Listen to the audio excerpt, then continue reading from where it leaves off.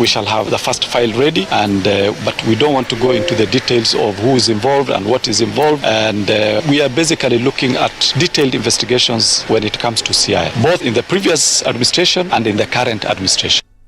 And Michael Macharia, also known as DJ Brownskin, appeared before court where he was charged with aiding suicide in connection with the death of his wife. The DJ, who was presented at the Milimani courts, is alleged to have been captured on video counseling his wife to kill herself. This is Newswire. I'm Dennis Alceto. Good morning.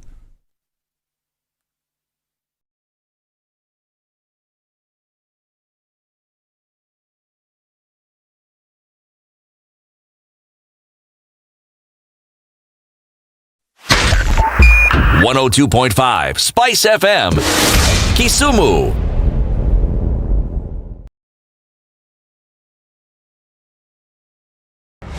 The following takes place from 6 a.m. to 10 a.m. every weekday on Spice FM. Congratulations. You've seen the hand of the Lord. Thank you very much. I've earned another title today, this morning at Spice FM. Mama Justice, I don't mind it. Joel in Kericho. Salama sana Heri, habari ya asubuhi. Salama bwana, mambo namna gani? Salama kabisa bro. Mambo ya Inamoi kuliendaje? Mambo ya Inamoi, vile nilikwambia ndugu yangu, alienda asubuhi na ile gari ya kwanza. I must have missed it. So did I. Even if somebody was to render you irrelevant, there is still work you can do. Okay, sawa.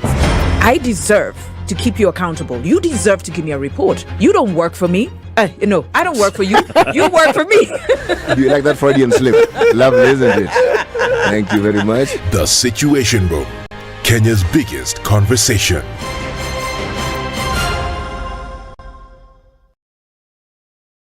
Mature, intelligent talk every morning. Unright. 94.4 Spice FM, Nairobi.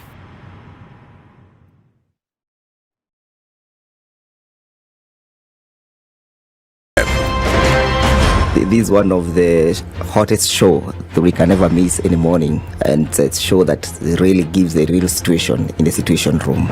Pleasure to be here. Thank you guys so much. Nduthai, nice meeting you. Yes. Even beautiful in person more than in photos. Say that again. Character is like pregnancy. You cannot hide it. You know, people hiding here and there, you know, but after 2-3 months, 5 months, now you see. So that is why the attitude that you were showing us, you're pregnant. It's like what my grandmother would say. Spice FM. Spice up your life. The man who looks at a beautiful girl and doesn't talk to her will end up serving lunch at her wedding. Hiya, City. Do like that. My father has killed a mouse. Will he fail to kill a man? Ameua panya. Small mammal, big mammal. Mtu atamshinda. I mean, I don't know. What are they saying? How are we comparison? I mean, you kill a mouse. What are they saying? What they're saying is, my father has killed a mouse. Will he fail to kill a man? Name, surprise. Someone's name. The name surprised you? No, the name is surprise. No, what am I saying? I'm from Nigeria, man. I met somebody called I Believe. So See? Your name is I Believe? Yes, my name is I Believe. But that's the short form. I said, excuse me? I said, yes, my name is I Believe. So what's the full name? I believe in the goodness of God. The Situation Room, Kenya's biggest conversation.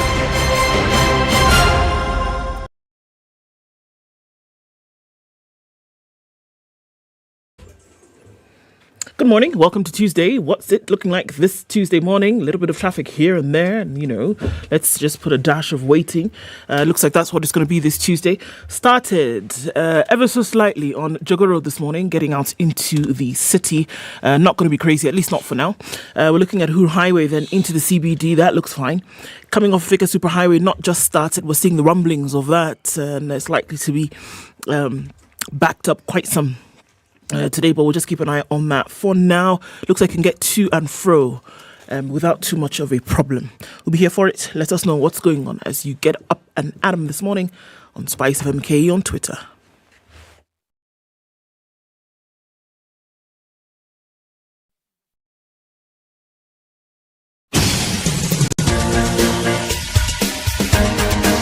This is The Situation Room, the home of hard-hitting political commentary and penetrating insights about the state of the nation. This is a talk radio experience like no other. The Situation Room, a place for hard truths, debates, and elevated conversations. The Situation Room, witty, political, engaging, deep, controversial. In the room, we have C.T. Muga, researcher, academic, seasoned political observer, a fountain of wisdom in these politically uncertain times. Ndu Oko, Nigerian by birth, Kenyan by choice, communications expert, Pan-Africanist, a truth seeker and believer in people power, and Eric Latif, agent provocateur, the man in the chair, seasoned journalist, news hound, a man who believes in punching up, yes, not it down. Is. How This you is doing? The 10 Situation minutes Room. after 6 on the 13th of June, 2023.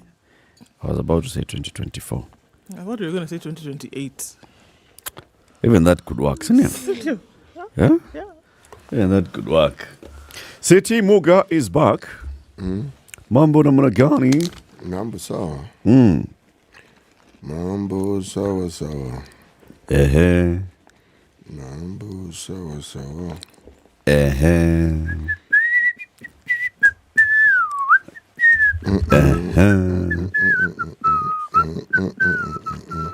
Kabisa. Namna hiyo. Alrighty. Mobi. Hiyo post umetengeneza umeweka wapi? Haya, umesahau. Nataka kuangalia yeye. Eh. Mambo ni aje lakini City? Mambo ni mazuri. Mambo ziko fresh. Niseme nashukuru. Very good. It's important. Ila rafiki yangu ambaye alikuwa anaeleza alikuwa mgonjwa. Unajua aliaga akaenda kwa muumba wake. Yes, so poleni sana. You know, one of the things I think also about which at some point becomes now common fodder. You realize that people you know whose age is close to yours, the numbers of those going back to factory settings keeps increasing. So what that makes you realize is that the thing that you have not considered all these years you've been alive, something, your mortality, you suddenly start thinking about it a lot more seriously than you've ever thought about it. Yes. So it's true. Poleni Yes. sana. Asante. Condolences to you and the family and friends. Yes. Poleni. It shall be well. It will. By and by. By and by. Ndu? Yes. Wewe je? Mimi J. Mimi N. Sawa. City, while you were away yesterday, I asked a question. I'm still waiting for an answer. I think. What was it? Did you have to do the ice cream? Ice cream? No, that one, I've not even put it on the back shelf. I put it under the table because... Hata taxi inapanda. Taxi wajua imeenda. Even if you like, let's reach all right, 1 million percent VAT. Can we ask the question? That ice cream, me, I must lick it. And it must be bought by this man. All right. Me.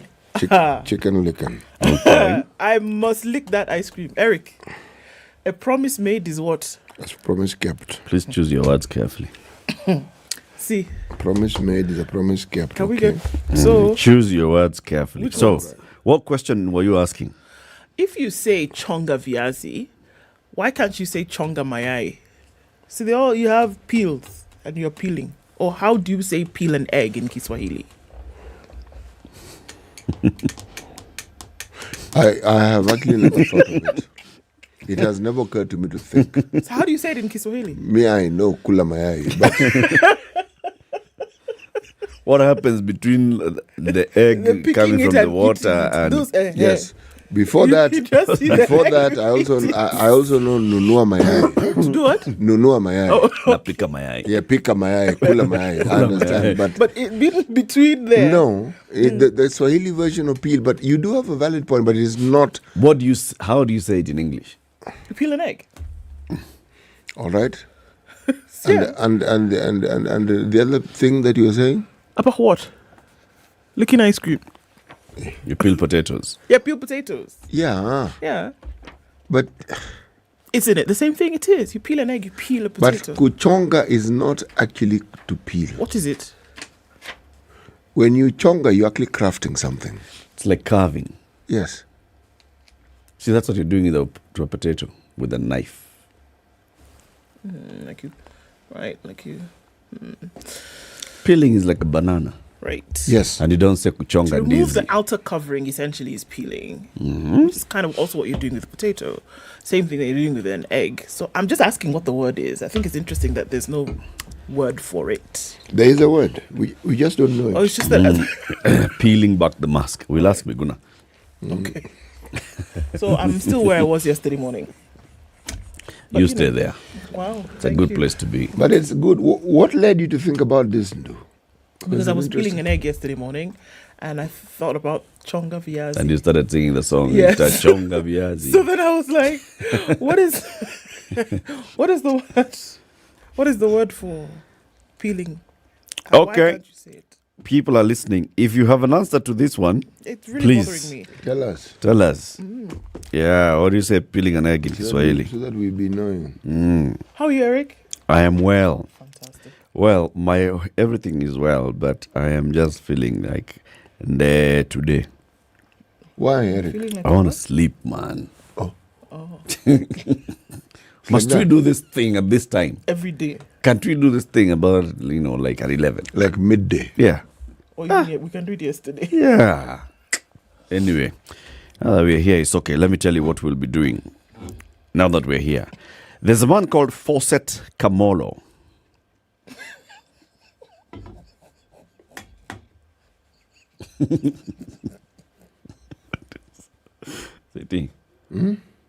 I agree with you completely. I agree with you. Fawcett Kamolo is the president of the Kenya Institute of Planners. Ever heard of those ones? Nope. Kenya Institute of Planners. Planners. We've had planners in this situation room before. Yes, we have. Now, their president is joining us at 7 a.m.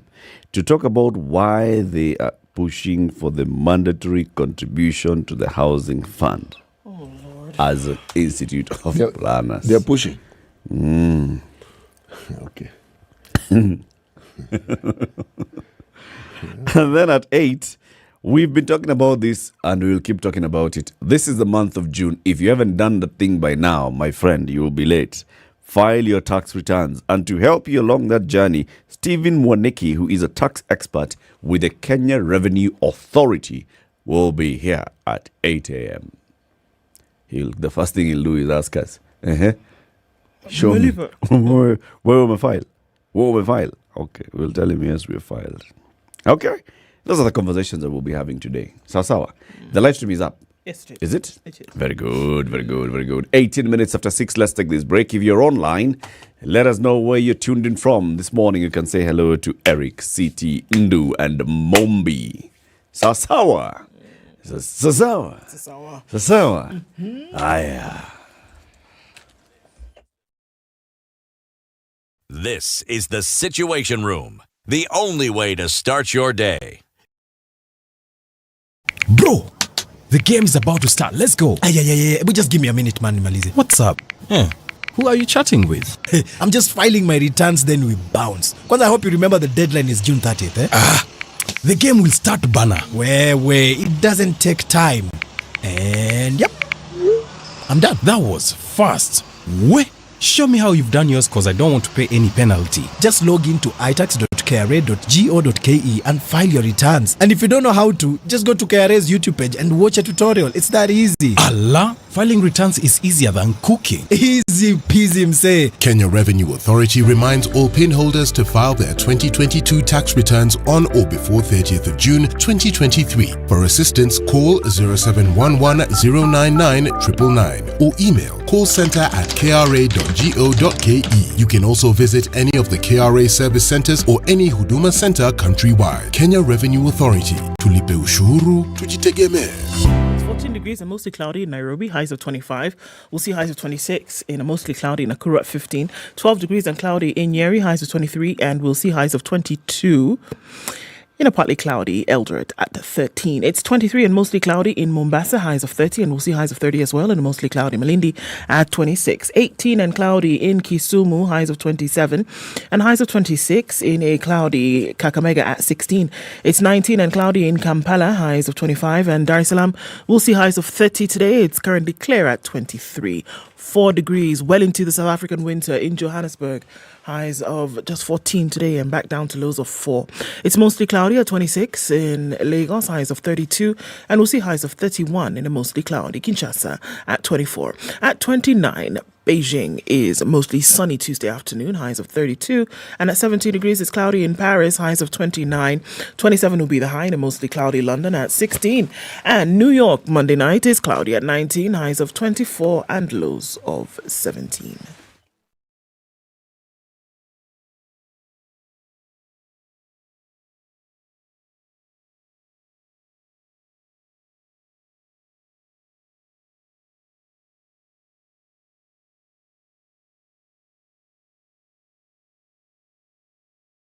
Mature, intelligent talk every morning.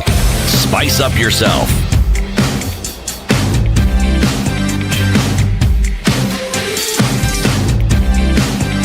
Mornings done right. It's 94.4 Spice FM, Nairobi. Kenya's biggest conversation is live streaming on YouTube and Facebook, and there are many people who are already up and about and saying hello. Okay, so we can see you. Good morning, Alpha Bright. Says, let's go till 10 a.m. Indeed. Okay. Baba says, good morning. And good morning with a cup of coffee from Ann Dennis.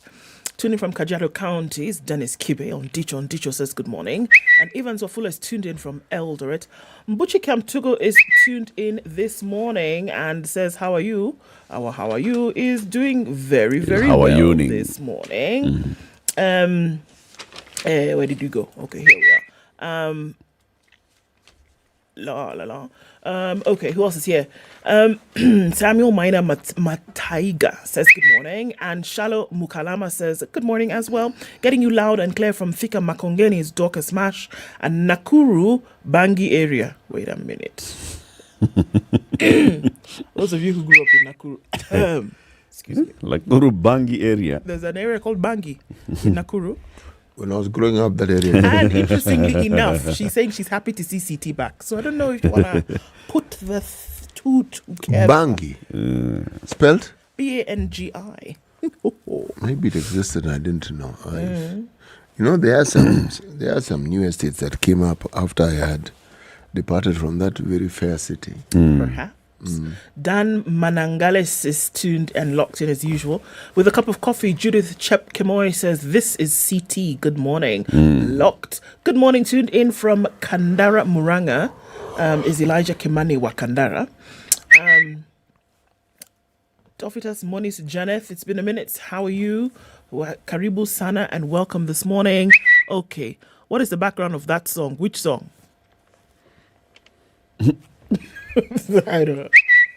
Okay. Paul Wanjohi says, good morning, everybody. Listening from Manchester, but what's the annoying background music? Where? There's background music. Where is the music?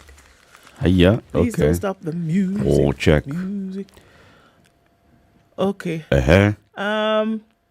Good morning, all. Eric, ambia ndu arudia maratatu. Nduthi za Zambia na nduthi za Thika.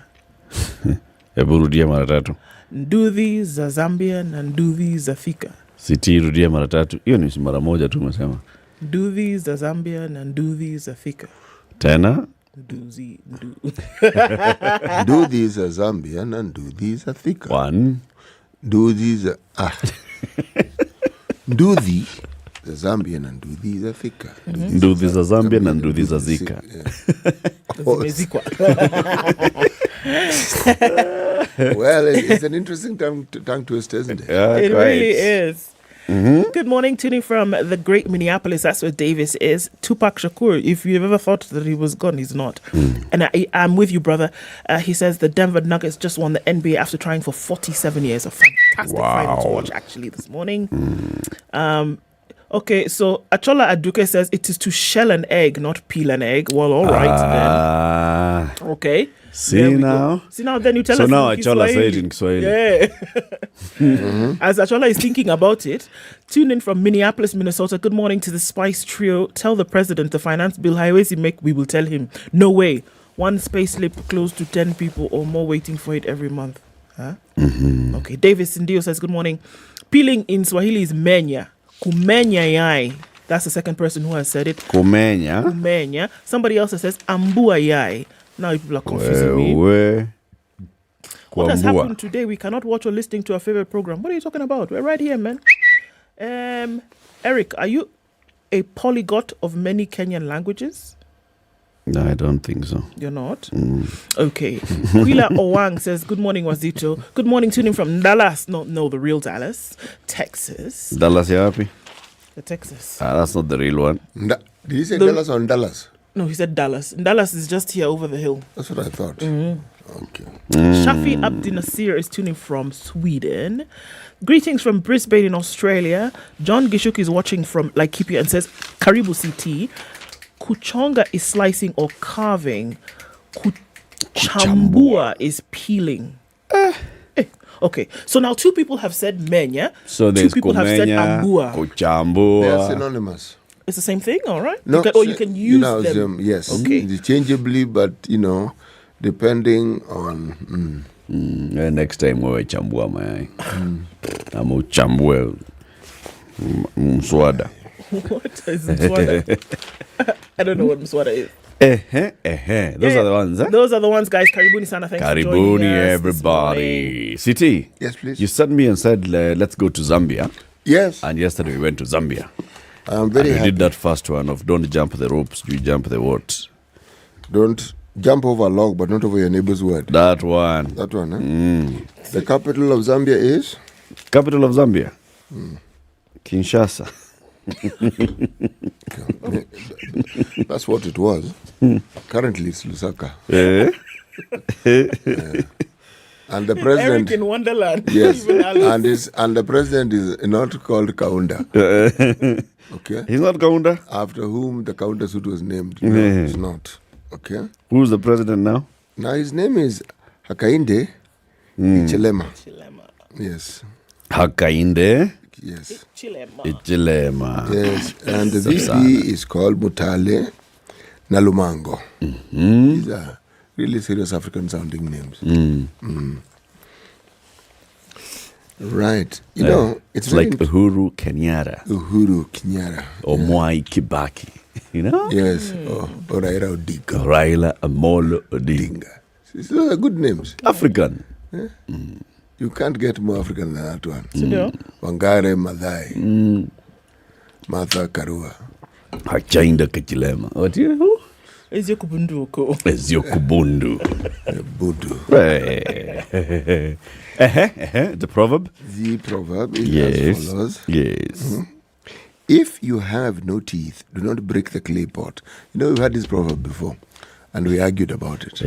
If you have no teeth, don't do what? Don't break the clay pot. Was it from Zambia the last time? I'm not sure. But I repeated it. I picked it again for a very simple reason.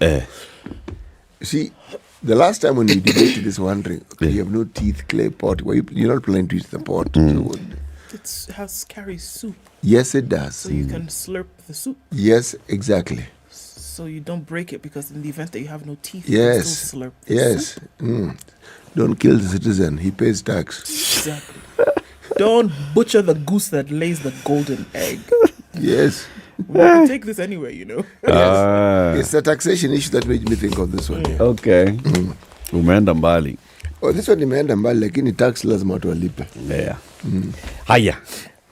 Abdullahi Alas, the political commentator, sends greetings to you and everybody else. He says he is in Kalicha in Ramu, Dina Ward, Mandera North.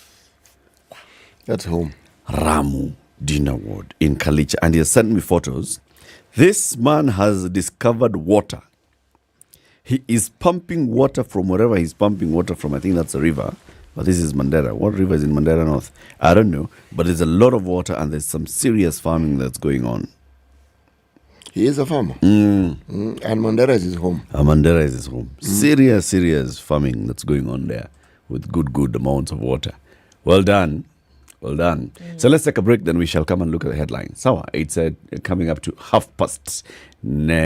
This is Kenya's biggest conversation. Shortly, we will look at the newspaper headlines, air all of them, and tell you what's in them and then discuss them. This is the Situation Room, the only way to start your day. Mature, intelligent talk every morning. Right. 94.4 Spice FM, Nairobi. Okay, getting 1:30. Let's take a look at what's coming in on the Thika Superhighway. A little bit more than it was 6 this morning. Just around Muthaiga Square at that junction as you're getting towards the Pangani underpass. A little bit of traffic coming in from Kiambu Road. It looks good on Jogo Road. It's moving. We're going to see some heavy movement right around the train station at Makadara. But you will then be okay as you're going out further. All right, we're also looking at traffic starting to build up coming in on Wayaki Way. James Gishuru looks good for now. If you're coming in from Lavington, coming off that Gitanga Road area out towards Wayaki Way via James Gishuru, you should be okay. Gong Road also starting to look pretty busy, and we're seeing further down on Gong Road closer to Karen and in from Gong Town that traffic is also building up as well. Looks like it's going to be a busy Tuesday. We'll be here for it to let you know what's going on in and out. Spice FM KE on Twitter. We want to keep things moving this morning.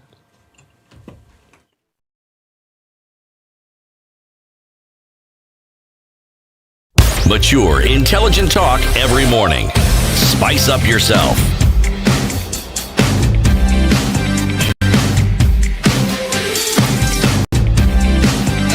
Mornings done right. 94.4 Spice FM, Nairobi. What's in the headlines? Ruto gives with one hand and takes away with the other. That's on the front page of the Standard. VAT on fuel, 16% proposed, 16% new. Housing fund, 3% proposed, 1.5% new. Content creators, 15% proposed, 5% new. Withholding tax, pay within 24 hours. Proposed. New, pay within 5 days. Betting, proposed, 20%. New, 12.5%. Insurance, 16% proposed, 16% new.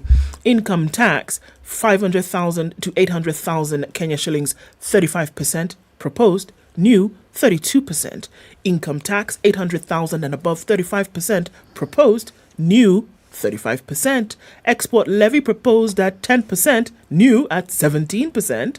Mobile transfers at 15% proposed and 12% new. So there was a little bit of moving and shaking, proposing and remaining yesterday.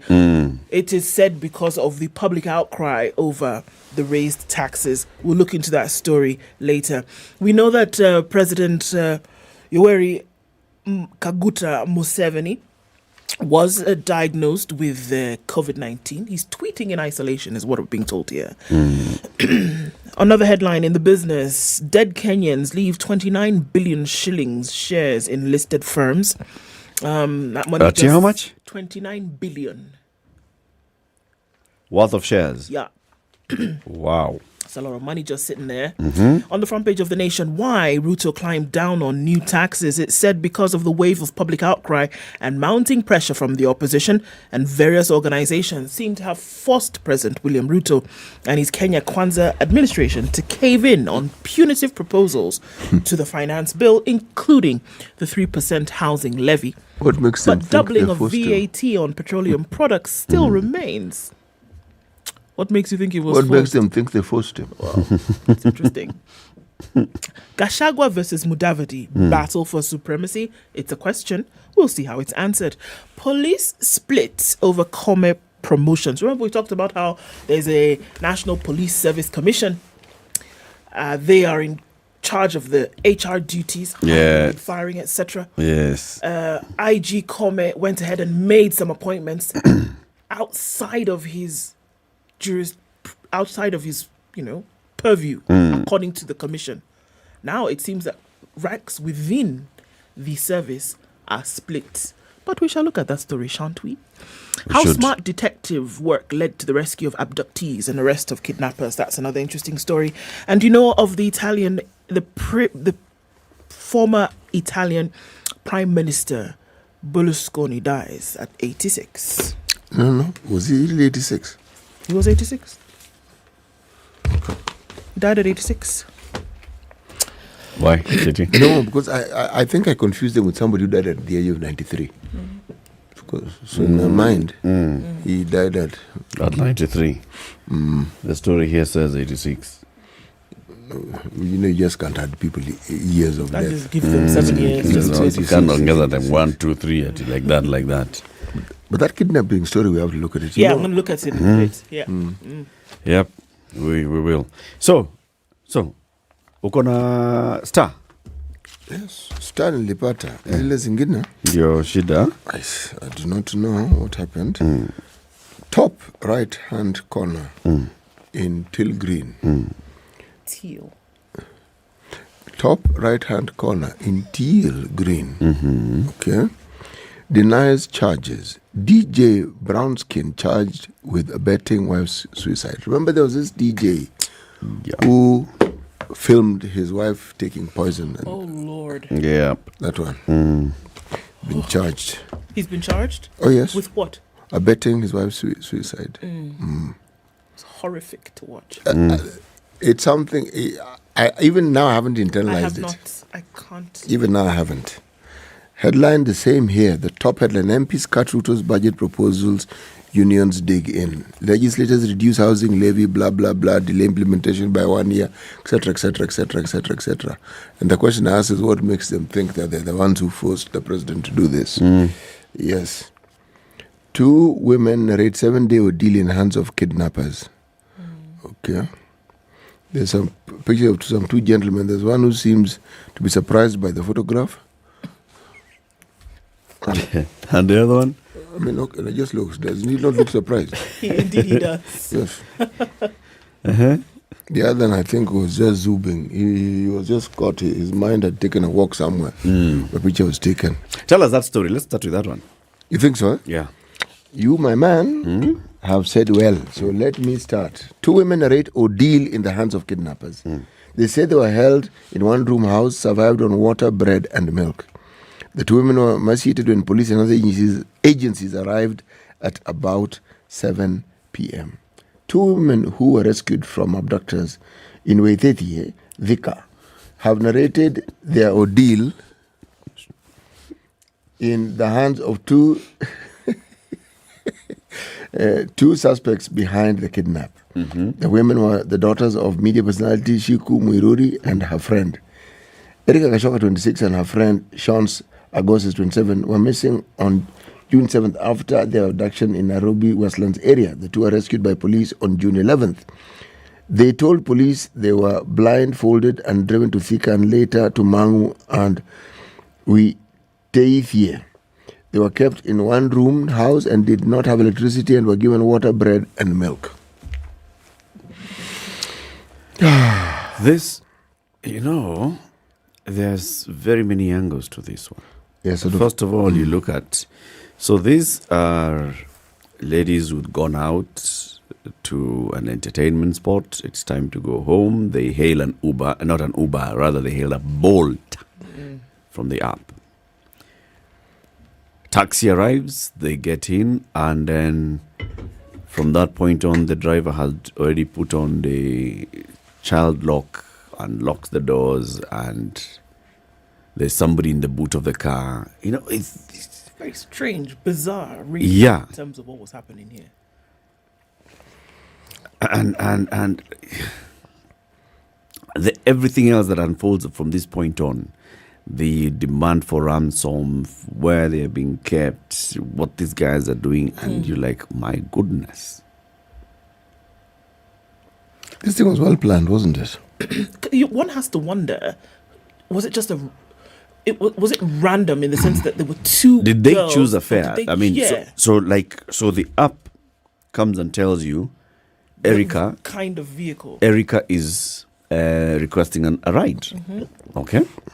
You don't know whether Erica is with somebody else, whether she's alone, whether there are 3 of them, whether it's Erica and 2 men, whether it's Erica and another lady. And you already have somebody, at the back of the car and all those things. So Okay, pause. What kind of chancing are these guys doing? Pause. And As in, on also, that you night did not they know had- who Erica is by the time you Pause. are accepting her Pause. call. Pause. Right. You call Uber Bolt. Bolt. Okay? That's what you've done, isn't it? Yes. Then a teeny weeny little car arrives. Right. You know, the matchbox vehicles. Right. It arrives. Right. What if? It's not the car that you had. Yes. That the app had sent you. What if they were observing you, they knew, and they arrived? But then somebody always checks. Yeah. Yes. Somebody you check. always checks whether this is the car I've hailed. But and once you get Especially in, if you're you can, hailing. the trip has begun. Yeah. Even if it's a different vehicle, CT, maybe the guy is still on his platform, but the trip has begun. It's on your phone, you can see it.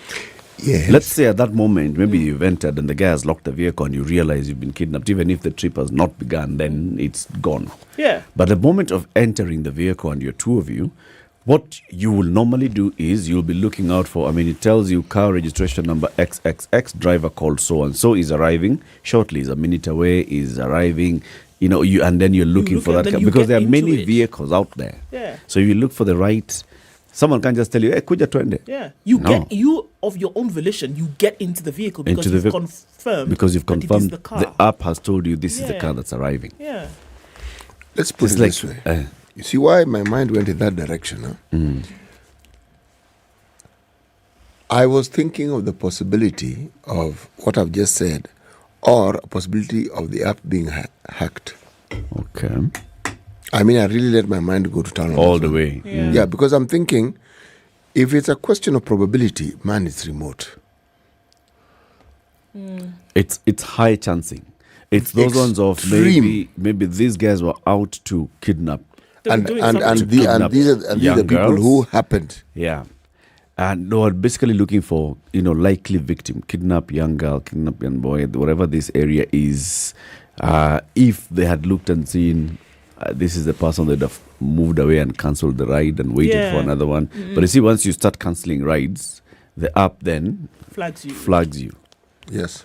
So it's very just strange. Completely, it's strange and scary at the same time. And to imagine, we're not talking about very young people. These are people, 27-year-olds. Yeah, these are people who have done this many times, not just in the country, but elsewhere as well. The story of Erica and her mum, if you follow her mum, you'll know what Erica does. She's pretty exposed. This was just those ones. So DCI say they tracked, they followed up, they knew where these guys were, they went to them. Like we say, if police want to find you, they can. If police want to investigate through and get an answer, they will. And they often do. They often do. Actually, we only look at these cases where we are looking at DCI versus DPP versus some cases.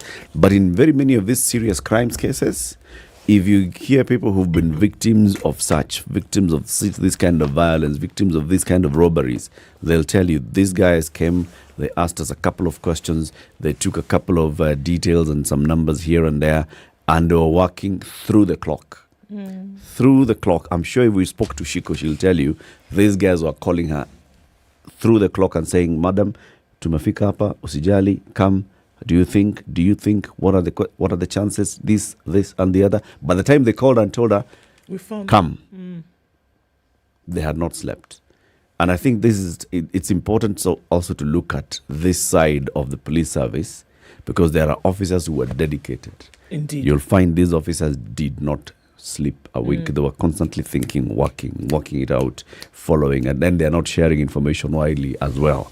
So it's an elite unit that is just working around the clock, moving from Nairobi, going to Thika, going to Etaithia, going wherever. By the time they got into this particular house, can you imagine? They went up to the house. And it was the right house. Good police work. Well, kudos to the good DCI police work. boss. Because, this one bespeaks wonderful things about this boss. He's a new boss, and we're seeing that this thing was executed perfectly. and no harm came to these girls. You know why this story interested me? Yeah. I was thinking of the kidnappings that are taking place in Southern Africa.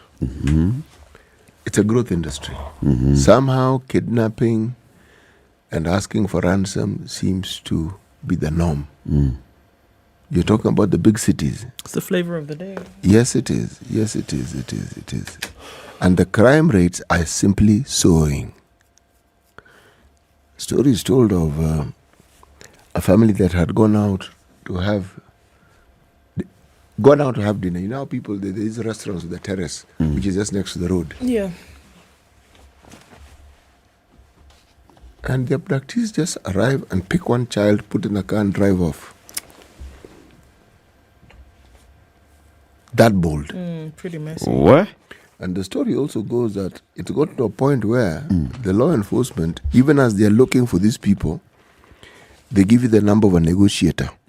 Someone who is known to be able to negotiate for the release. Say, okay, here's the number, you call this person in case you need someone to negotiate with as we are looking. Yes. So now you tell me, what do you think is the level of criminality in such a place where the police themselves give you a number and say this is a negotiator? Guy. Yes, but now as a Kenyan, I have to ask, what is their role really? I mean, come on.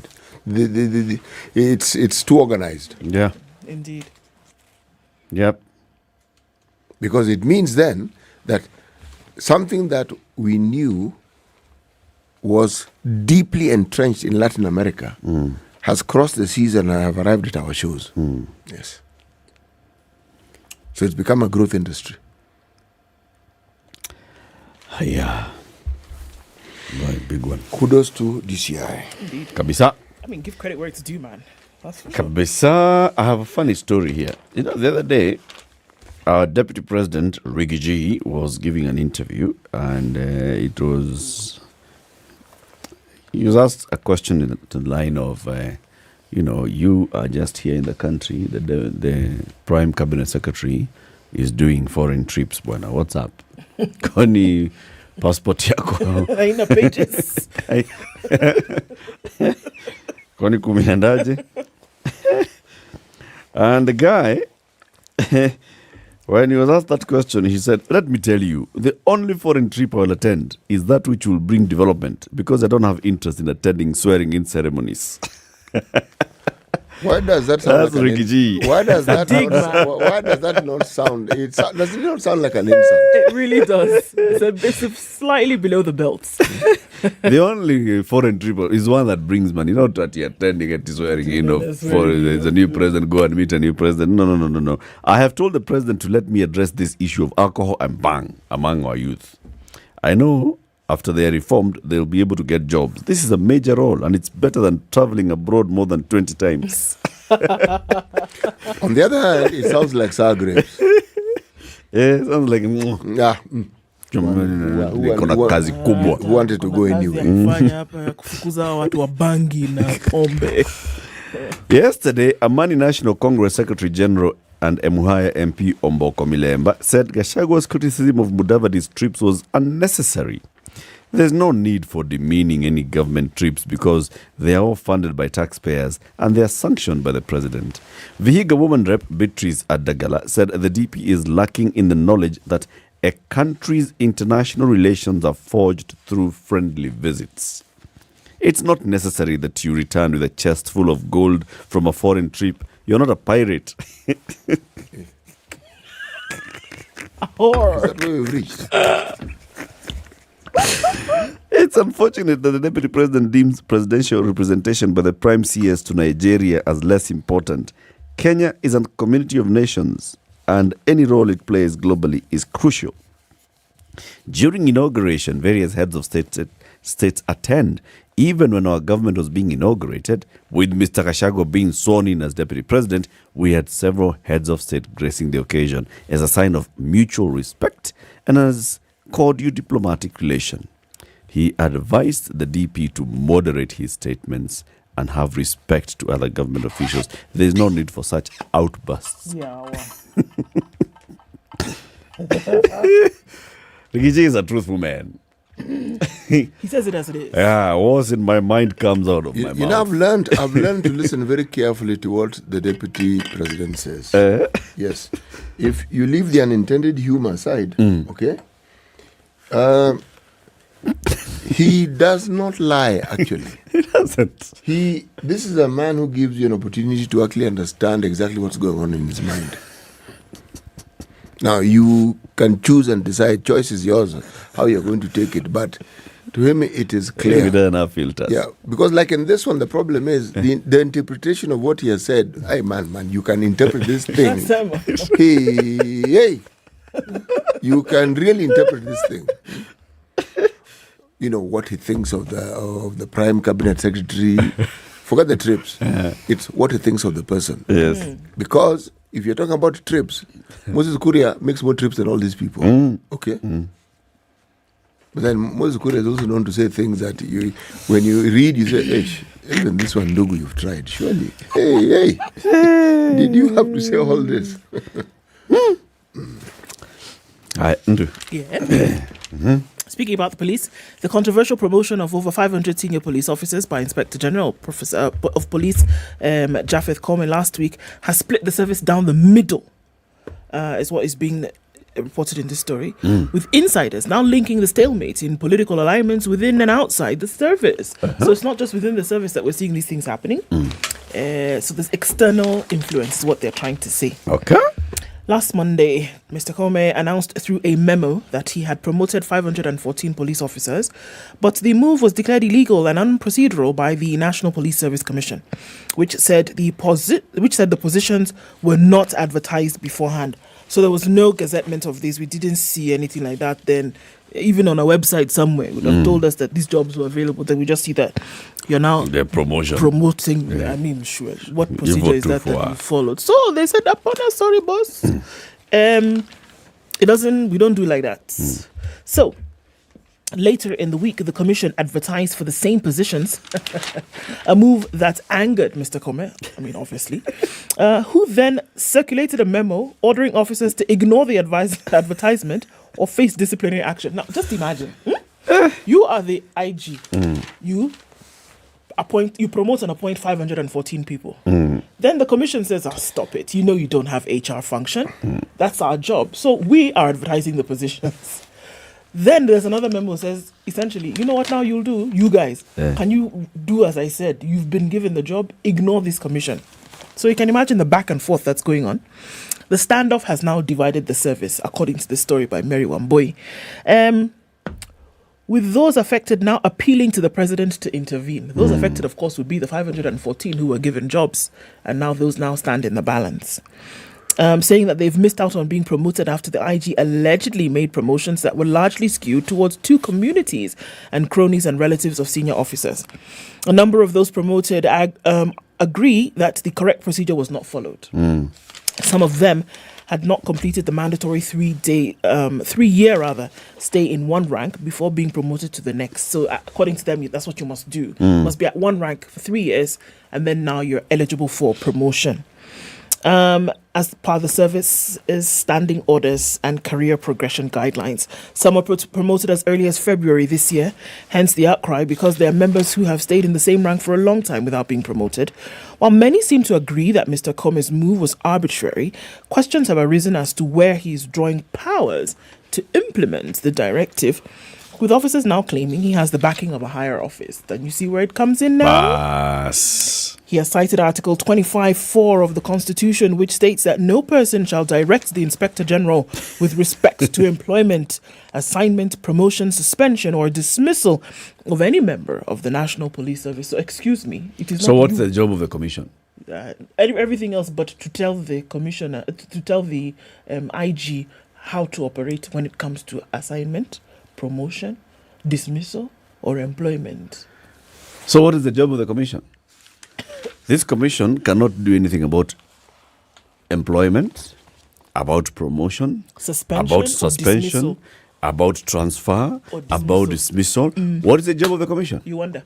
So every other function apart from the HR function, c'est quoi? Which is what? That's what you're asking in French. And je ne sais pas means I do not know in French. I agree. Sindio. Je ne sais pas. Now, the law states that promotions are delegated to the IG.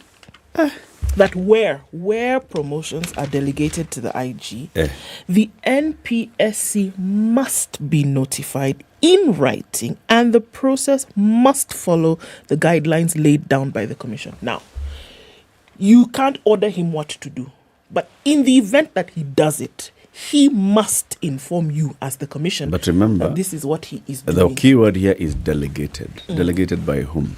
By the commission. Yes. That means the role is the commission's. Well, yes. And the commission can delegate. So now this is the problem. The commission is saying they did not delegate these promotions to the IG, number one. Number two, as he has done it he has not also told them how. And this is the problem. Where? Do you get it? So it's going to continue to be like this, and they're saying he has stuck hard and fast, and they're saying that the only reason why, him knowing that this is the procedure that he ought to follow, him being so bullish by going ahead to do this could only mean that there's some kind of external influence and power that is giving him the kahunas to do this. And there's a point to that. When you have a CEO who reports to the board, but the CEO is not appointed to the board, those are issues. Those are issues. And that's what I was asking the chairman of KEMSA the other day. So you are chairman of a board, you have a CEO, and you do not appoint the CEO. The CEO has joined the same day as you. Two of you are together. Both of you are reporting to some higher power. So how are you going to work? Yes. How are you the boss of that guy? He tells you, you know me, I've talked to the boss. And then you're also saying, I've talked to the boss. Now let's ask the boss. Hi. Kizungu mkuti. Kizungu ni mkuti. Kizungu ni makuti. There's that story that you read on page 26 of the Standard today. The headline. You read the headline and the story is on page 26 of the Standard. Let me get into it. Quick. Headline: Dead Kenyans leave behind 29 billion shilling shares in listed firms. Deceased Kenyans have left behind the 29 billion shares in companies listed on the NSE. This is as the government is struggling to find and reunify beneficiaries of billions in unclaimed financial assets. The latest financial report from the Unclaimed Financial Assets Trust Fund reports a 15% increase in the total trust fund from 23 billion reported in 2021 to 27.7 billion reported last year. In the last 1 year, the Unclaimed Financial Assets Authority received 291 million shillings in cash, including foreign currency from deceased Kenyans that was held in commercial banks, listed firms and telcos. So basically, money sits in an account for a while. The account is inactive for a while. The bank tries to reach out to the account holder for a while. This doesn't happen. So the law requires that the bank or the telco, which is holding M-Pesa cash or wherever, to take that money to the UFA, the Unclaimed Financial Assets Authority. Last year, some 291 million shillings was sent to UFA. People have just gone quiet. The family members not following up. They don't know. They don't know that this. You can't follow up something you don't know about. Yeah. And you're getting to that point where, you have the account, but then you as the bank, the only contacts that you have, you reached out those contacts, nobody coming forward. All right. And maybe there are people who are coming, but those people don't have the requisite documentation. Yeah, because that's another thing. You can't just rock up and say, that guy who died, that guy had an account here. It's my uncle. Okay. Nothing. So is Bob.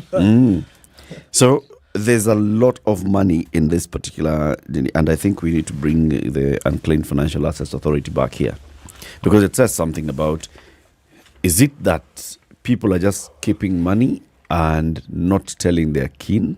Or is it that people are keeping money, but then their kin don't know? So you have like 4 different accounts. People only know about one, and then there's another one that people did not know about. Or Is it the issue of wills and people not writing wills? What is it? I think it's a combination of issues. All those things it's plus all many. those things. This is a lot of money. It's a lot of money, billions of shillings. 7 a.m. Good morning.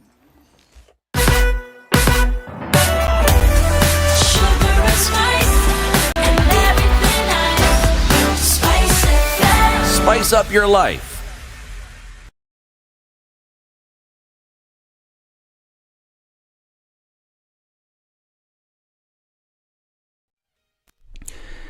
Good morning, this is Newswire. I'm Dennis Osseto. President William Ruto has succumbed to pressure and slashed the housing fund levy by half from the current 3% to 1.5%.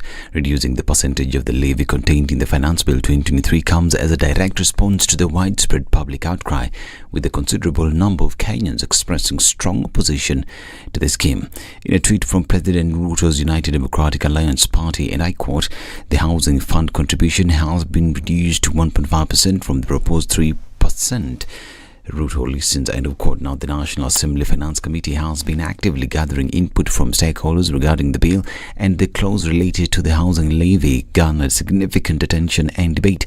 The committee is today set to present the revised edition of the bill for discussion in the House, marking the beginning of a lively debate that is anticipated to be highly spirited. And as new leaders in Taita Taveta stage protest against the Finance Bill 2023, led by Senator Jonas Mwaruma, the protesters marched to the office of the Deputy County Commissioner to present their petition. Hali ya maisha imepanda sana na hatuwezi kuwa na wawakilishi wetu ambao watakuwa wanafanya vile rais anavyotaka na sio vile wananchi waliowachagua wanavyotaka. Licha ya kuwa na ugumu wa maisha, mumewakilisha hii memorandum, si ndio? Tutafikisha na tutajua mtasikilizwa. Mnapoandamana, andamaneni kwa njia ya amani. Mumeona officers wetu hawajakuwa na shida na nyinyi kabisa. And Busia Senator Kiom Tata has suggested that the law be amended to make the president elected by popular vote at the county level instead of nationally. On his Twitter, Tata said that the solution to prevent political hostility after every election is to amend Article 138 of the Constitution to decentralize the presidential election by removing the element of national elections. He further added that the Kenyan Constitution has a flaw in allowing the devolution of all administrative bodies except the presidency. Now, civil society groups under the Linda Ugatuzi umbrella says that they'll move to court to challenge the new unique personal identifier rollout program by the ICT ministry. The activists, led by Fred Ogola, have accused the government of wasting public funds. What is the difference between this new project and the Huduma number? Why is this government hell-bent on wasting money on a white elephant project during this tough economic time? What will happen to the over 1,000 employed by the Huduma number now that the PS wants to tender what could have been done by Kenyans to Pakistanis? Why are we risking our data? Meanwhile, Information Communications and Digital Economy CS Eludewala is calling for data privacy and protection in the face of digital transformation sweeping across the globe. He spoke during the inauguration of the two-day Global DPI Summit that began yesterday in Pune, India. He says apart from being an internal component of digital public infrastructure, digital identity is also a key facilitator for digitization in the quest to move government services closer to the people. As we digitalize our services or uptake digital identity, we must be cognizant of the fact that we must ensure data protection and data privacy. We have looked at the tangible benefits that would emanate from digital identity, and we have seen that one of the benefits is that digital identity will facilitate efficiency and effectiveness in service delivery. It will also help us strengthen our governance framework by eliminating revenue leakages. It will facilitate data interoperability so that same data can be utilized across different sectors within the economy. And Kenya has welcomed the expansion of the IGAD Troika on Sudan. In the new formation that includes Ethiopia and Somalia, Kenya will now be the chair of the IGAD Quartet on resolving the crisis in Sudan. South Sudan is also a member. He was addressing the media in Djibouti during the 14th ordinary meeting of the Intergovernmental Authority on Development Assembly of Heads of State and Government. In the session, Djibouti was picked as their new IGAD chair to be deputized by South Sudan. We have taken the decision that the quartet of Kenya, Ethiopia, South Sudan, and Somalia will, in the next 10 days, meet face to face, speak to them directly on behalf of IGAD with a view of stopping the war that is raging in Sudan, ceasing all manner of hostilities. This is Newswire. Dennis Aseto. Good morning.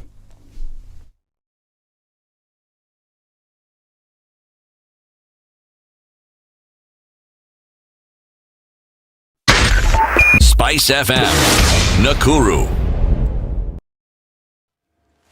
All right, we're at 7 o'clock and looking at traffic building up in different parts. On the Thika Superhighway, much more than it was about an hour ago, and it's going to be busy getting into the CBD. Let's look at Kiambu Road, also coming in. That looks heavy as well. Northern Bypass, not looking too bad. Folks getting in towards Kitisuru and then out towards Limuru Road. Coming past the village markets, we'll have movement there. And it's piling up on James Gishuru. It's doing the same thing on Gong Road. And anybody coming in from Naivasha Road and then coming in from Gitanga Road as well. Busy. Let's look on the other side of things where Jogo Road is busy. And we're also looking at Outer Ring feeding on from Manyanja Road as well as Kangunda Road and Juja Road. All right, North Airport Road also busy as you're getting towards the Eastern Bypass. We'll keep an eye on things, but we're getting into the thick of things. Spice FMKE on Twitter, talk to us there as we try to keep things moving this morning.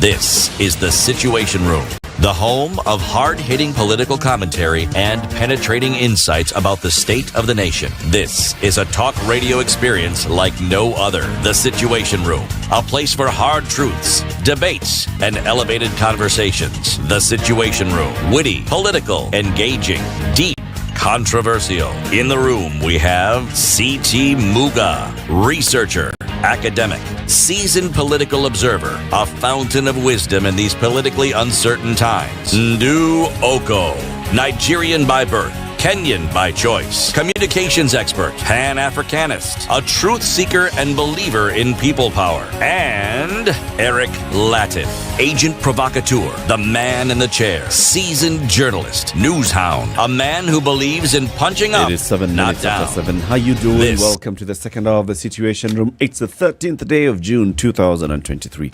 Is this that April day? Oh, it's tomorrow. It's tomorrow. Tomorrow. April day is tomorrow. Where, Kipto? Please. Help us now. Please. Usipandishe kwanza, ngoja VAT. Please. Let me tell you, my friend, if you're somewhere and, you are in distress, you often wonder, okay, so who do I call? Maybe it's in the middle of the night and you're trying to call people and maybe their phone is off. That's the time when the phone will be off. That's the time when maybe they're asleep and they'll not hear you call. Maybe that's the time when you have one or two issues. You are stuck somewhere and you're in distress and you need somebody to rescue you. Chap. There's a security company called 911 Group. You've seen their vehicles.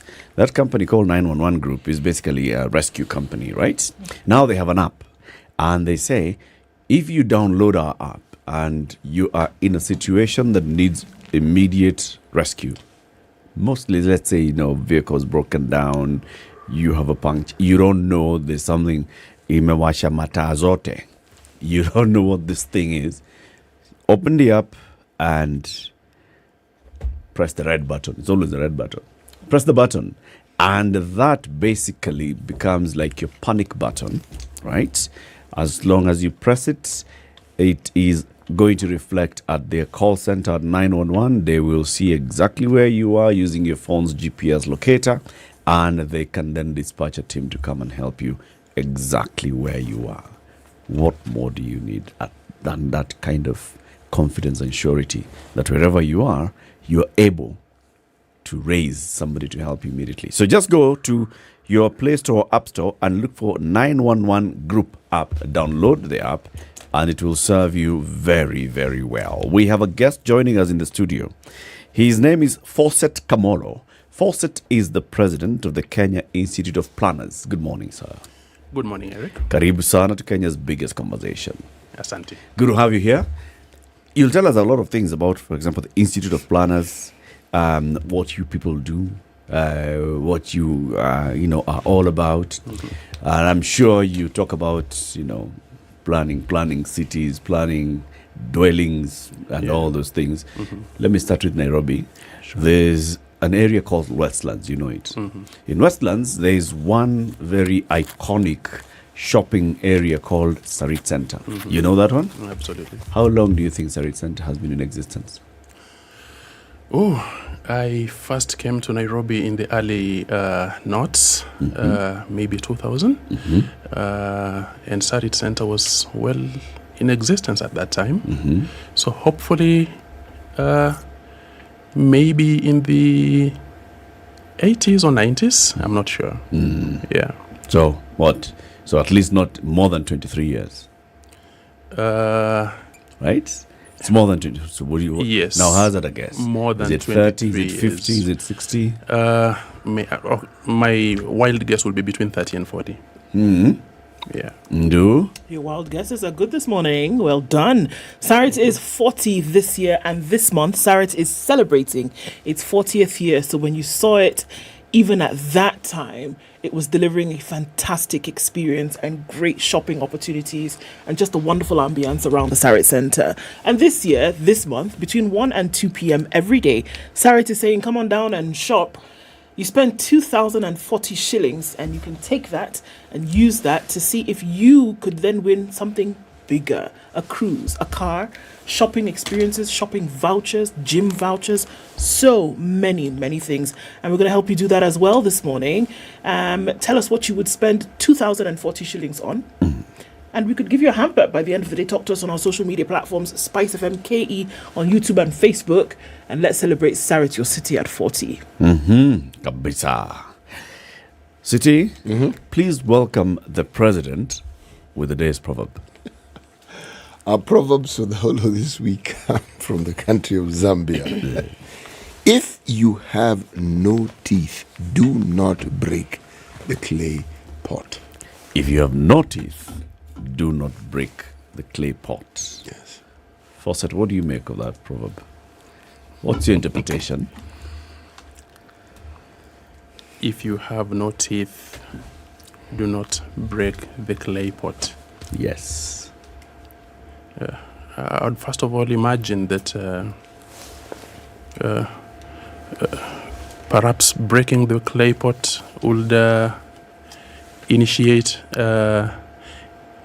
one being made to bite the broken pieces.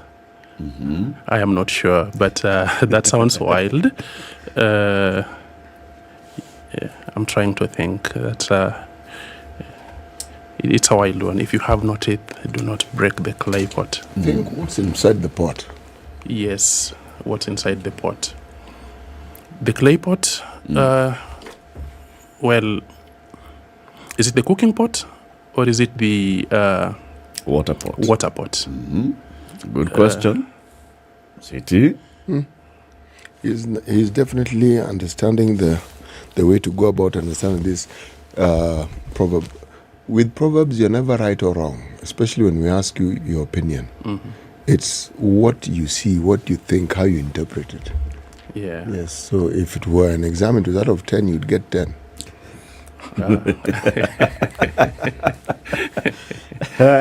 That's a good way to go.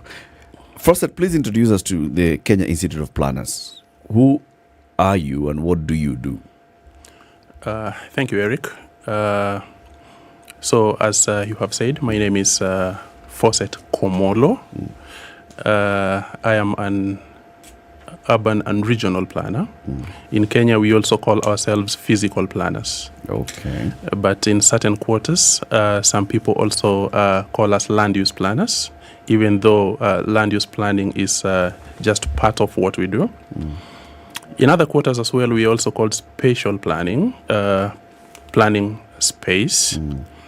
And so the Kenya Institute of Planners is an association that brings together more than 2,000 planners in the Republic of Kenya.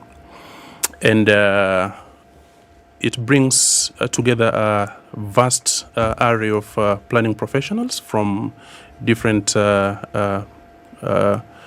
planning categorizations. We have urban planners, we have land use planners, we have transport planners, we have infrastructure planners, we have environmental planners, we have urban designers. I do not know whether I forget any other category of planners. We have economic planners as well. And so what we do, I think, again, needs to be distinguished from what they do at the Ministry of economic planning, where they deal with money issues. Here, on the other hand, we deal with land use issues. So we feature, we bring together all these professionals, and through the Kenya Institute of Planners, we are able to organize our membership in terms of making sure that the country appreciates what it is that planners do, that also the members of the public get to understand the work that planners do. Typically, it has been suggested before that planners only focus on the use of land, and so land use planners. But we are coming out strongly to remind them, or to remind the members of the public and also to the policy makers at large, that our concerns are beyond just land use. We plan for transport systems. And so this morning I have had read the traffic situation on our roads. That is something that we typically try to monitor as well, so that we are able to propose interventions that would help in solving the traffic situation of our country, of our city, so to speak. Again, a challenging thing to do because transport planners in Kenya are also arguing that we have not been given that platform in which we are able to cause interventions that can create change. So as it is, we prepare different types of plans. We prepare plans at the national level. We have the Kenya National Special Plan that allocates different uses to different locations. Which counties should ideally produce what, which towns should be located in which places, what type of towns should we have.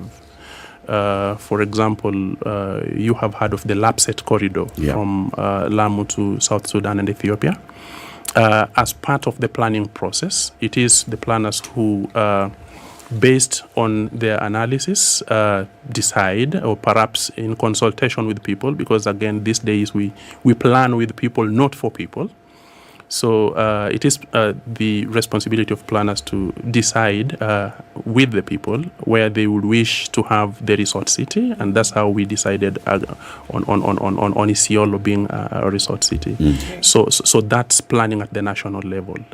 Then we step that down to planning at the county levels, and the Constitution gives the counties the mandate for planning within their areas of jurisdiction. And so we have various plans at the county level as well.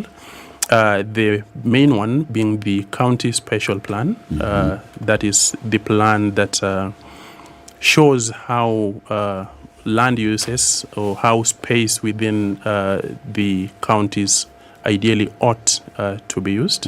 And these are long-term plans over 10 years, which provide various descriptions, maps, plans, and various schedules on implementation of the various projects proposed in this county special plan.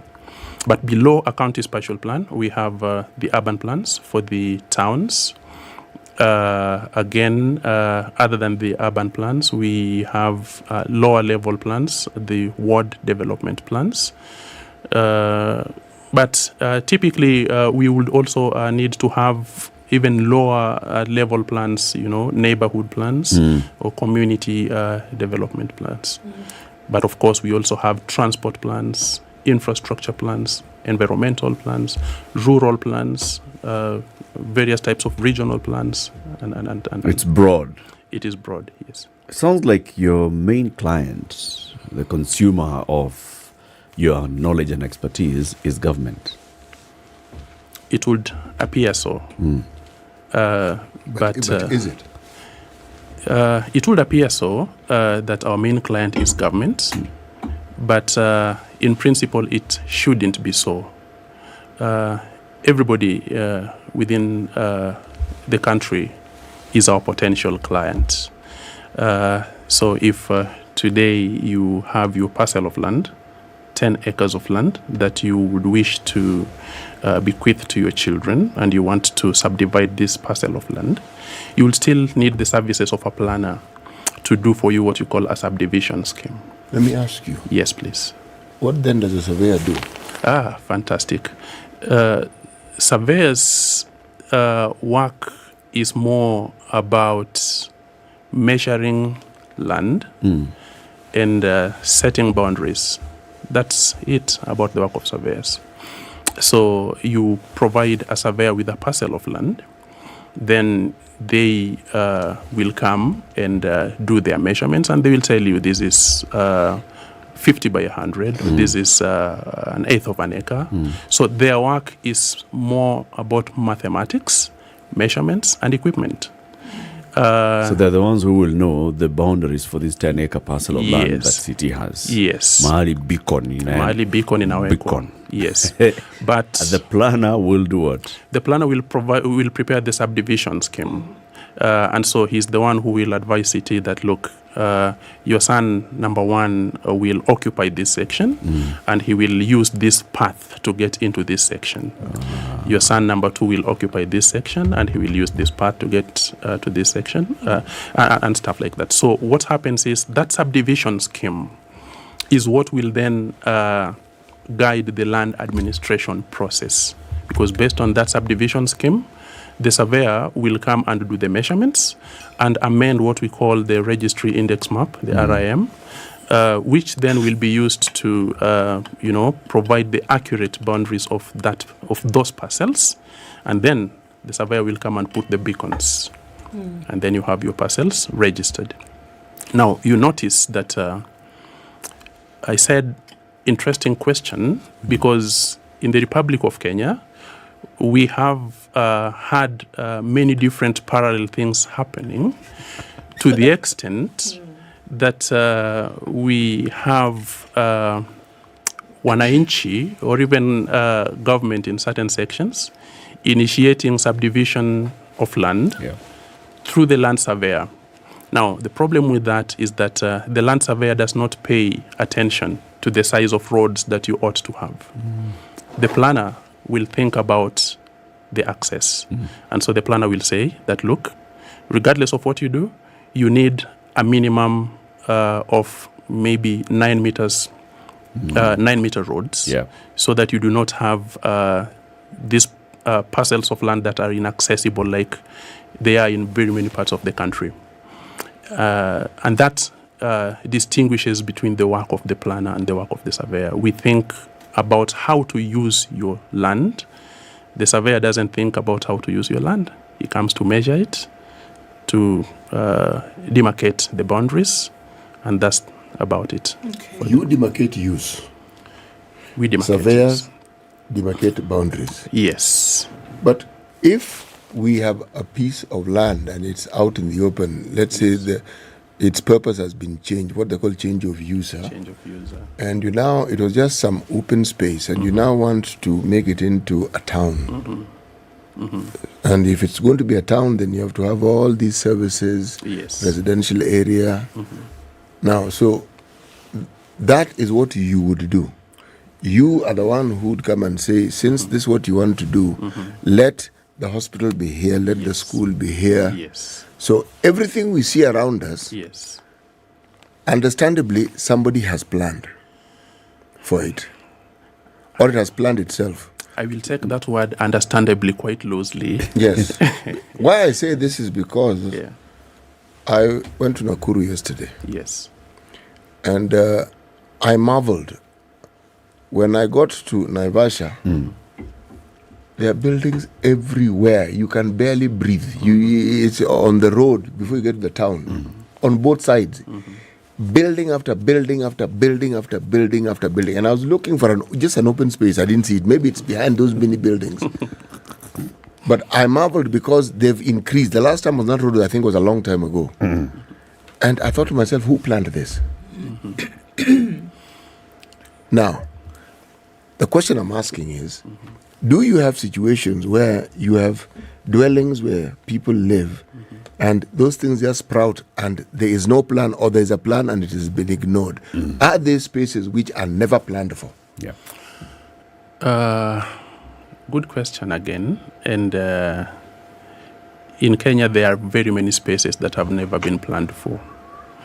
I would say that our uptake of planning, if you asked me, I would estimate it at so far maybe 10 or less than 10%. What? Yes, I would say less than 10%. I'd like you to pause. Yes, please. You are saying that people live in this country and in certain spaces, and the authority, whether it's a county or the national government, have not taken the bother or the time to demarcate these spaces for specific and deliberate purposes. So it's the people who get there who decide. That's what you're saying? That's what I'm saying. And it is a matter of concern, of grave concern, because as you say, as you drive towards Nakuru, through Naivasha, it's all layer of development upon development upon development, where development in this case will simply refer to the constructions that you see, right? So a lot of those constructions that you see have not gone through the planning process. A lot of those constructions that you see have not, do not even have their architectural designs prepared by professionals and submitted to the counties for approval. Now, this is how it happens. That usually Nairobi City County has been a very strict enforcer of development control. We are now talking about, we are in the realms of development control, which is also what planners do. Nairobi County is strict about development. It has been strict before about development control. How long ago is this before? We have had a number of plans in this city, all the way since the 1920s, actually, all the way since 1899. We have had plans in this city. And you will recall that I know that all of us weren't there during the colonial times. But there was that. Was he? I was born before independence. Yes, but... I was there with Swinnerton. Oh, you were there with Swinnerton? Did you see me with him? That's a question to ask. Yeah. Anyway, what happened is we have had different plans.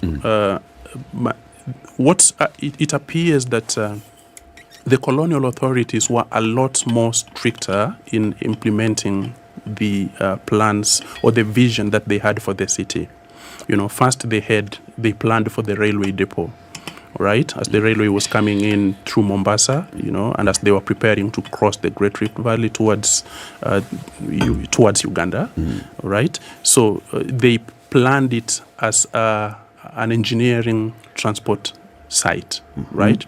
Then later on in the 1920s, they planned it as a settler capital. By then it wasn't the capital city of Kenya as yet, right? So the settlers will then come, meet, do their business. And so that plan at that time had certain qualities about it that sought pretty much to keep the black person, the natives, out of the city, which was again implemented with almost military precision. Then you had the 1948 plan, which was the colonial capital, right? I think later in 1950, that's when they said that Nairobi will become the capital city of Kenya, I think. So what happens then is that in 1973, we developed the metropolitan growth strategy, because then it had seemed apparent that the city of Nairobi was going to expand at a much faster pace.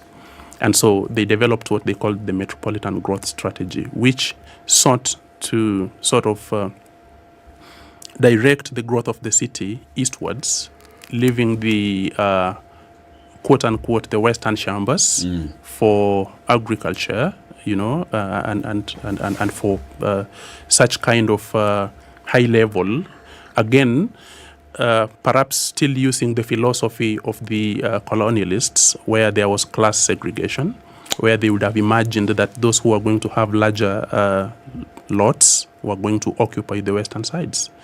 So beyond 73, that's when the great collapse began, because in 73, after that, Kenyans had started becoming wajuaji, so they had known that some of these decisions can always be contested in courts of law. So the first thing they did was to take the Nairobi City Commission that had prepared this plan to court. And then you had the wanton subdivisions starting to take place. So where you had the city, where the city was envisioned to expand towards in a controlled fashion, you had the subdivision of the Embakasi ranches, the Kayol, the Don homes of this world started coming up without any formal structure, right? So that's why I said that's where the that's where the rain started beating us. That's yes, where the rain started beating us. So now we have actually now continued to expand without planning and without following any plans, even into the satellites, Mlolongo, into Kitengela, into the entirety of Syokimau, Angong, and the adjacent areas. And that happened, I think, as a bit of a surprise to the counties that are involved. Kitengela is Kajiado, right? Yes. So the typical Kenyan is a clever person. So they will say, yeah, okay, no problem. The typical Kenyan thinks he's a clever person. I think the typical Kenyan is a very clever person. Kenyans are absolutely a sharp lot, yes. They are given to sharp practices. Doesn't make them sharp. Please go. Well, typically they would understand where bottlenecks to their own individual growths are placed. And so typically they would also invent or innovate ways, for circumventing such bottlenecks or such hurdles. So it follows that when they noticed that Nairobi had become a bit of a hard nut for them to crack in terms of land ownership, they moved beyond the boundary, just beyond the city boundary, where the controls had not been put there. I mean, Kajiado County hadn't imagined that the Kitengelas and the Rongais and of this world. As we speak now, have they imagined it? Yeah. Were they running away from controls, or were they running towards where there was space? I mean, I think that is a big thing, and I think maybe that's a question we can ask when we come back. Sure. Because what was it? The congestion issue within Nairobi, probably leading to the fact that after 73, there was very little in terms of adherence to any kinds of plans or even any kind of enforcement, right? That meant that there was a lot of space that was taken up and people were doing whatever they wanted. So folks who wanted to settle could not settle in Nairobi. And so they started to move to the closet or dormitory towns of Nairobi. But the planning did not catch up with the movement. Absolutely. So I have a question about that. Maybe we'll come Let's take a break then. 26 minutes to 8. Our guest this morning is Fawcett Komolo. Fawcett is the president of the Kenya Institute of Planners. He's here educating us about planning. And we'll also talk about, now, there's a whole plan to build very many thousands of houses. That's basically creating new urban areas within urban areas. Are there plans for those things? as we start putting in money into this thing, is it being planned? We will be discussing that after we take this break. Good morning.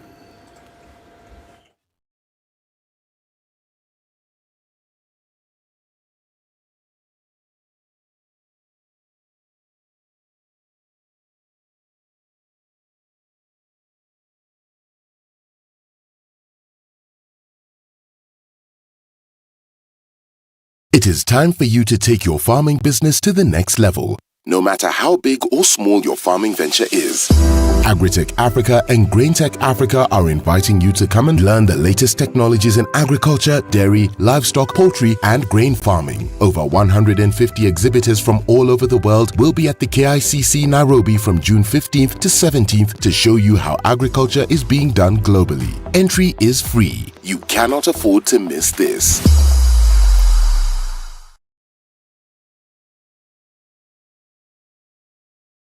Bro, the game is about to start. Let's go. Yeah. But just give me a minute, man. Malize. What's up?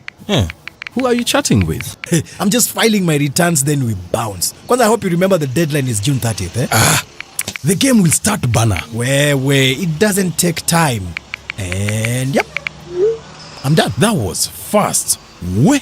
Show me how you've done yours, because I don't want to pay any penalty. Just log into itax.kra.go.ke and file your returns. And if you don't know how to, just go to KRA's YouTube page and watch a tutorial. It's that easy. Allah, filing returns is easier than cooking. Easy peasy, say. Kenya Revenue Authority reminds all PIN holders to file their 2022 tax returns on or before 30th of June 2023. For assistance, call 0711 099. Nairobi at 14, highs of 25, and we'll see highs of 26 and a mostly cloudy Nakuru at 16. It's 13 and cloudy in Nyeri and 14 and sunny in Eldoret, going to highs of 22. 30 will be the high and mostly cloudy in Mombasa at 23, and Malindi is cloudy at 26, highs of 30 and lows of 25. It's cloudy, it's sunny in Kisumu, highs of 27 and lows of 19. And at 17, Kakamega is sunny, highs of 26 and lows of 16. 16 in Kampala, going to highs of 25, and it's sunny at 24 in Dar es Salaam, going to highs of 30. 4 degrees and mostly clear in Johannesburg, highs of 14, and we'll see highs of 32 in a mostly cloudy Lagos at 25. It's 24 and cloudy in Kinshasa, highs of 31 and lows of 23.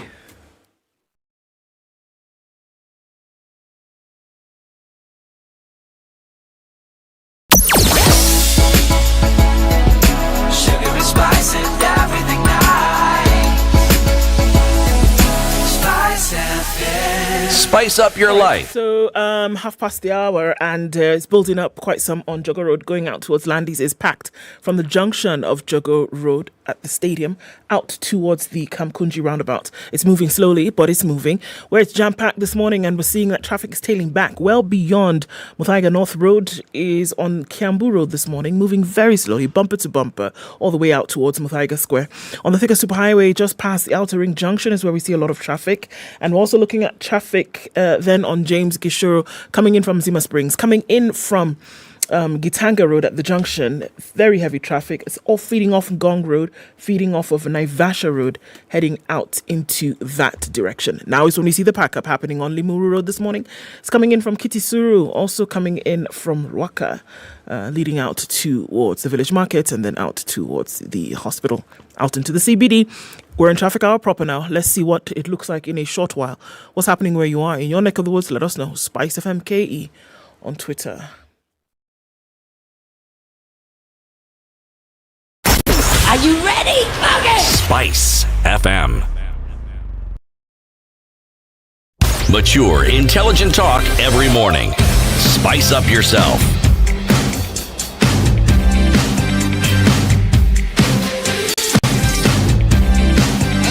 Mornings done right. 94.4 Spice FM, Nairobi. It continues with the president of the Kenya Institute of Planners, Fawcett Komolo.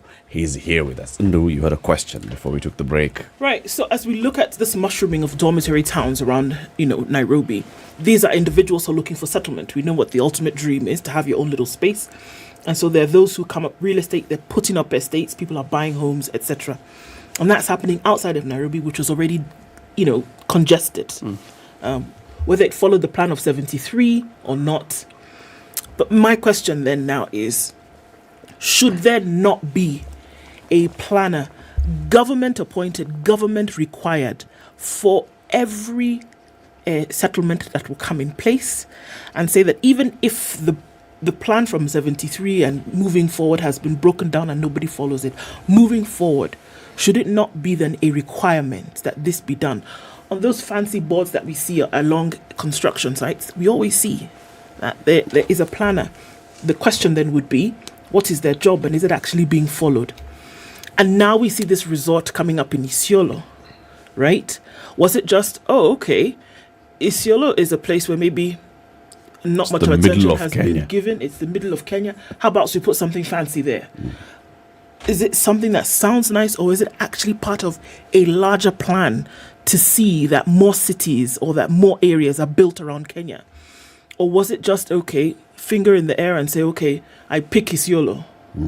Or was it according to some kind of plan? And then will there be others that come later and say, okay, let there be one in Kapenguria. Let there be one in Garissa. Let there be one on the eastern side of, or is it, again, let's just put a resort because it seems like a nice government thing to do? Thank you, Ndo. I will first suggest that largely the 1973 plan was not followed. And so we had this mess coming up. And as it is, you'll remember those days, we had a lot of planning.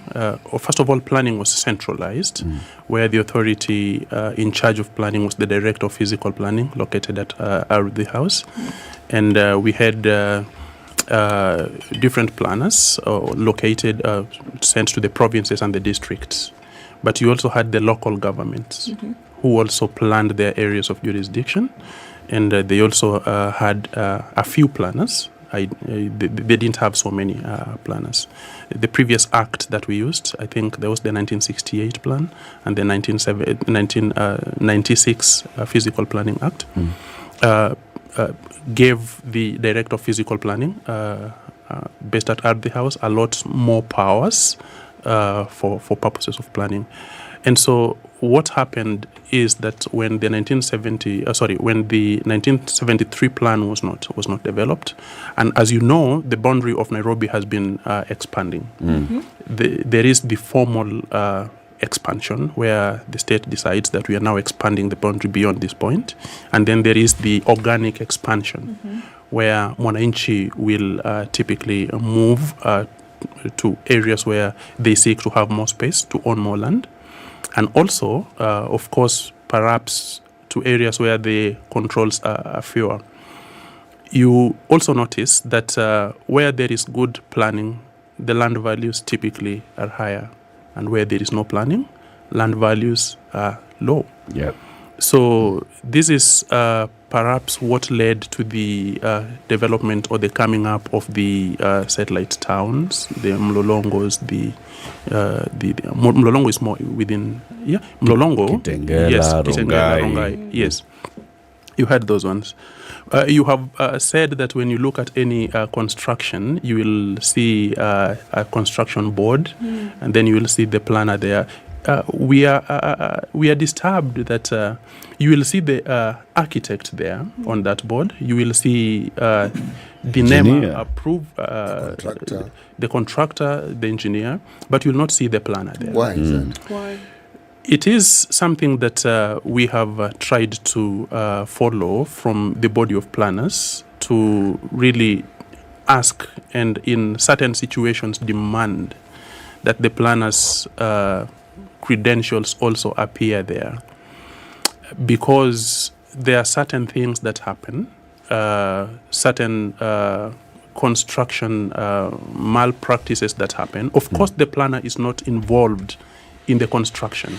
So the planner doesn't mix the cement and the steel and the mortar to bring up the house. But the planner typically will advise their client that you have 50 by 100, okay? This is where your building will reach what we call a building line, right? This is the farthest extent that your building gets to as you approach the street, right? The planner will also typically advise that what is allowable in this zone is maybe a two-story, 3-story. Yes. Beyond that, it is the architect and the engineer who is involved. And I think it's also a good time for me to also clarify that whenever buildings collapse in this country, the police, the authorities should not be quick to rush to, hold the planner by the collar. The planner is not involved in the construction, but the planner is involved in advising on the type of development to be constructed. So not the quality of the construction. Not the quality of the construction. Not the quality of the construction. What powers do you have as planners? This is what I'm explaining. That we design or we define the type of development to happen where we locate development in space. You define. Yes. I wanted to bring to Ndu's question on Isiolo, and then perhaps we'll come to yours. The Isiolo Resort City is along the Lapset corridor. Right, the Lapset corridor is a transport basically corridor where you have the railway line from Lamu Port to South Sudan and to Ethiopia. Along this corridor, you have the proposed oil pipeline. I think you have the railway, you have the road.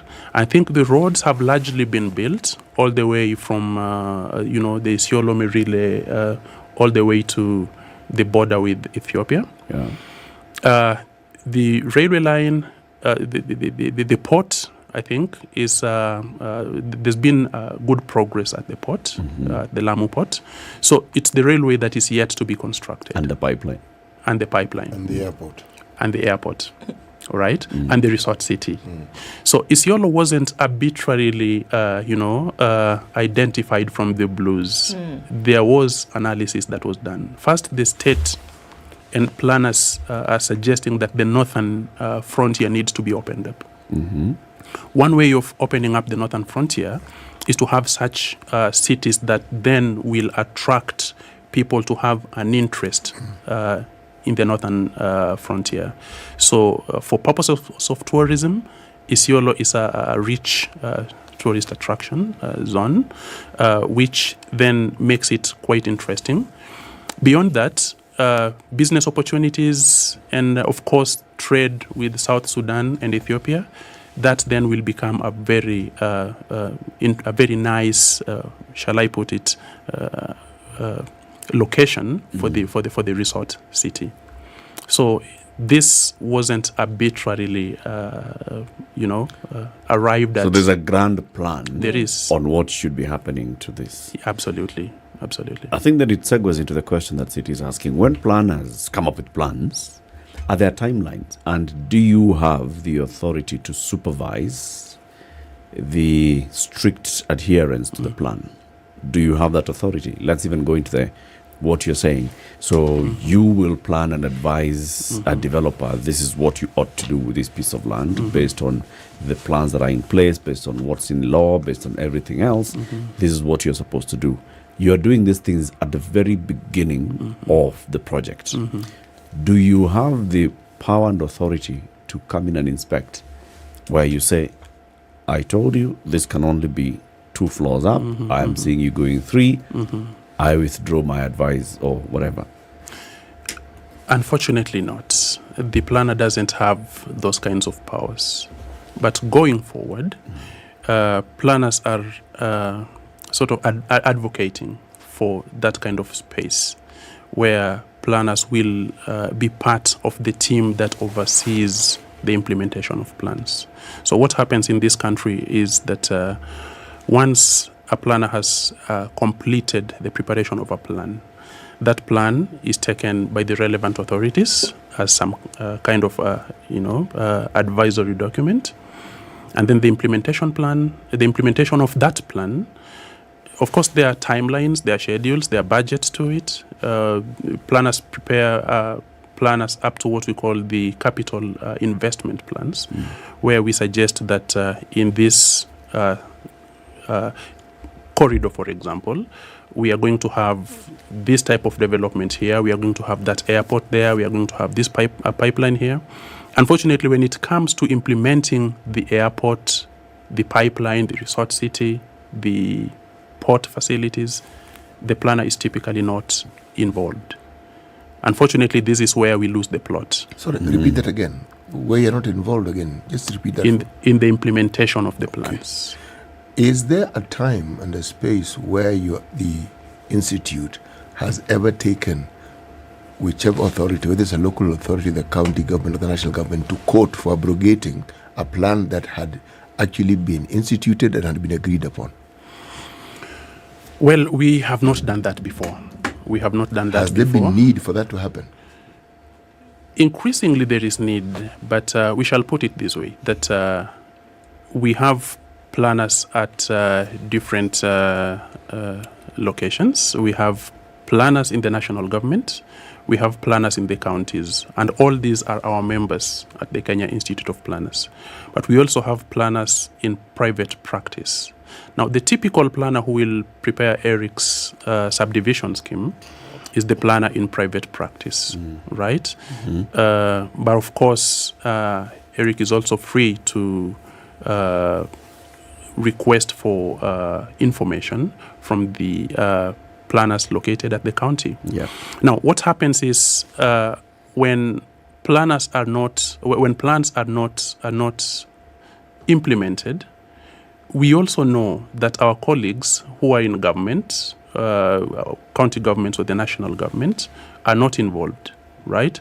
So you find it to be a situation where we will go to court and basically we will take our colleagues who are not perhaps involved, to court. Paraded to court. Yes, for not adhering to the plans, Ideally, I think going forward, we will need to develop frameworks, for doing what city says, where we will seek to hold county governments accountable, to follow the implementation of plans. These buildings that fall under the category of affordable housing, yes, that the government has been talking about, given the numbers that they're talking about and the population that is likely to reside in these places, would it be safe to assume that planning really needs to be involved in all this? Absolutely.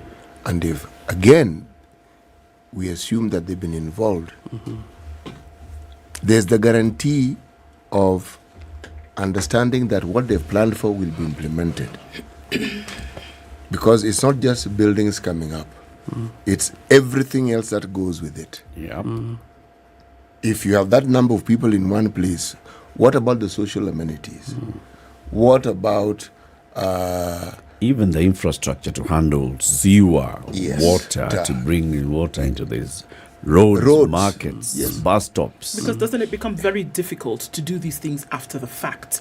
That if you have people who've already settled down in areas and then government wants to come in later and institute a sewer system, for example, I mean, it's total disruption of everything. And how do you actually do that? It becomes extremely expensive to come in later. And is it not then necessary to have some level of enforcement when it comes to these things? Because I figure that cities that have been planned down to the T, it becomes a thing of enforcement. You do not adhere to the plan, you do not construct. Very simple. Can we get to that point? You speak like a planner, do? Well, my day job. You say cities that are planned down to a T. It is enforcement, really. In Nairobi, for example, we have the plan that we call the new plan, Nairobi Integrated Urban Development Plan. This is the plan that was prepared in 2013 by the JICA study team, which did a very good, produced a very good plan, a wonderful plan, so to speak. This plan advocated, among other things, for urban renewal in certain inner city areas. So it is in some of these sites for inner city sites where urban renewal ideally ought to take place, where some of these affordable housing schemes are taking place. And I agree with you that the planner needs to be involved from the beginning, so that we do not think about the shelter, the houses, the units, right? We ideally need to start thinking about the correct order of things. Yeah. Ideally, what needs to happen, and I think as Ndu says, we need to have the infrastructure systems laid there first, right? And this has happened before. When we had the infrastructure systems laid, we called that, I think it was a World Bank guided framework. It was called the Site and Services Scheme, where they offered the site, the state offered land, then there was money, and the services were provided, water, sewer, etc. So all people needed to do was to build the units. Right? Unfortunately, that also went haywire, because our people with their entrepreneurial spirit also, instead of building proper shelter, built in the approved locations, but proceeded to then add the so-called extension upon extension upon extension. Extension. Yes, until today you have So, slums. Mr. President, Yes. directly answering the question, have you seen any plans for this new affordable housing projects in Nairobi and in all other urban areas across the country? Because this is to take place across the country. I have been privileged to see, for some sites, some of the master plans prepared for some of these sites. Unfortunately, again, I come from the school of thought that before you locate that, scheme in its location, before you locate it at... Before you say that's going to be in South Sea. Yes. Ideally, you need a higher level plan, right, which is a step down of the Nairobi Integrated Urban Development Plan, so that you say that you do a zone by zone kind of planning. This is what we call a zoning plan, where you say that here specifically you will have this type of houses, you will have this type of mall, this type of commercial facilities. You will set aside this percentage of land for children's playground. You will have these types of streets and stuff like that. And then within that framework, then you locate your affordable housing scheme. One that can fit all those things. Yes. Unfortunately, what we have done is a kind of beacon to beacon framework for development of the affordable housing scheme, so that it doesn't think about the traffic situation beyond the bounds of that scheme. So you are thinking about perhaps 2,000 people, as an estate of maybe 2,000 people. Perhaps you have provided for nursery school or an ECD center within that. Ideally, that would follow. Perhaps you have provided for some small children's playground, but you have not thought about the larger, where are the primary schools? Okay, where are the main playgrounds? Where are the secondary schools? How is this single development going to plug into the rest of the city? We have failed to do that. And is it too late? It is not too late. It is not too late, even though the process of correcting some of the wrongs is a longer one. Might be a longer one. Here's the challenge as we conclude. You're the president of the Kenya Institute of Planners, okay? Now, you have a responsibility as the professionals to actually make sure that things are done the right way. If things are not done the right way, then there's nobody else. We cannot raise that issue. Citizens can't. Architects will not. It is the planners who ought to make sure that these things are done the right way. You are an institute. You have a framework. Engage.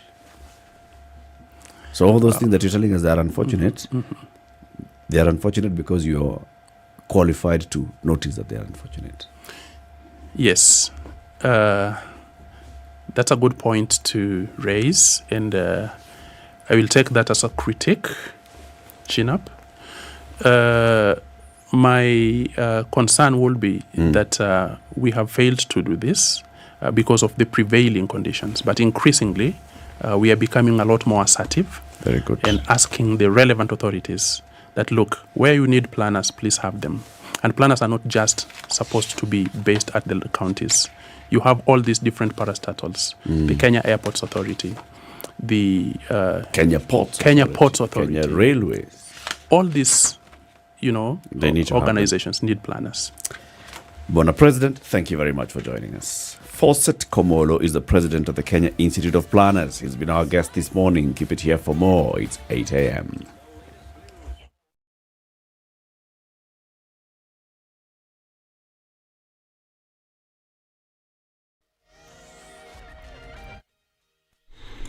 Good morning, this is News. I'm Dennis Aseto. The number of bodies exhumed so far from Shakahola Forest stand at 284 after 10 more bodies were exhumed yesterday. According to Coast Regional Commissioner Rodo Nyancha, the number of those rescued stands at 95, while those who have been reunited with their families are 19. She has stated that 613 people are still missing and exhumations are expected to continue today. The government further revealed plans to open security roads in every 100 acres of the Chakama Ranch as part of a comprehensive effort to aid in the systematic and scientific search and rescue operations of the victims of the Shakahola starvation cult, as well as identification of the graves. Interior Cabinet Secretary Kithure Kindiki made the announcement during his visit to the Shakahola Forest, where he oversaw the third phase of the exhumation exercise. Kindiki said the investigations has uncovered evidence suggesting that controversial televangelist Paul Mackenzie may have extended his criminal activities beyond 800 acres. And the Ministry of Health has dismissed reports of a new wave of COVID-19 in the country. Health Cabinet Secretary Susan Nakhumicha said the country is experiencing an upsurge of flu due to the cold season. She has urged members of the public to take precautions against the flu. She's urging you, if you have flu, to protect yourself by wearing a mask, sanitizing and avoiding touching your mouth and nasal areas. From our surveillance, from our sampling around the 8 hospitals, we do not have an upsurge of COVID yet that we can report to the country and tell them to take corrective action. However, it is only good that we protect ourselves even from this flu. We have a flu vaccine that can be given at most medical health facility. You'll be able to access a flu vaccine. But in the event a Kenyan has flu symptoms which do not go away in a few days, they should present themselves to a health facility so that they get checked out. But as a ministry, we are encouraging Kenyans, should you have a flu, please protect yourself. Wear your mask, sanitize your hands, wash hands with the soap and water, and avoid touching your mouth, nose areas, because the flu virus normally gets transmitted. Michael Masharia, also known as DJ Brownskid, appeared before court where he was charged with aiding suicide in connection with the death of his wife. The DJ, who was presented at the Milimani court, is alleged to have been captured on video counseling his wife to kill herself. He was also charged with neglect for failing to prevent the suicide and destruction of evidence. Brownskid will spend 3 more days in custody pending a probation report.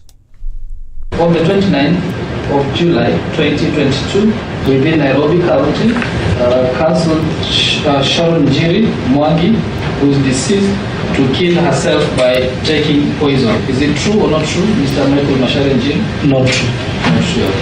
His mobile phone with SIM card number 0729 592, which is it true or not true, Mr. Njeri? Not true. Not true. Plea of not guilty is entered on each of the 3 counts. The accused is informed of right to legal representation by advocate of own choice. The accused be provided with copies of witness statements and documentary exhibits intended to be relied on by the prosecution. Pre-bail report be prepared and filed within the next 3 days. And the Ethics and Anti-Corruption Conference on Corruption in the Public Sector has kicked off in Mombasa.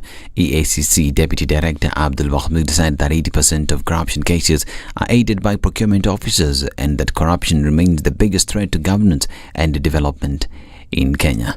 Within probably 2 weeks or 3 weeks, we shall have the first file ready, and but we don't want to go into the details of who is involved and what is involved, and we are basically looking at detailed investigations when it comes to CI, both in the previous administration and in the current administration. And Busia Senator Okiya Omtata had suggested that the law be amended to make the president elected by popular vote at the county level instead of nationally. On his tweet, Omtata said that the solution to prevent political hostility after every election is to amend Article 138 of the Constitution to decentralize the presidential election by removing the element of national elections. He further added that the Kenyan Constitution has a flaw in allowing the devolution of all administrative bodies except the presidency. And Nairobi Governor Johnson Sakaja appeared before the Special Fund Committee in the Senate regarding the misuse of funds allocated for water projects. Committee Chair Godfrey Osotsi says that they are looking to question Sakaja following the auditor's report that showed funds were misused. This is Newswire. Dennis Asada, good morning.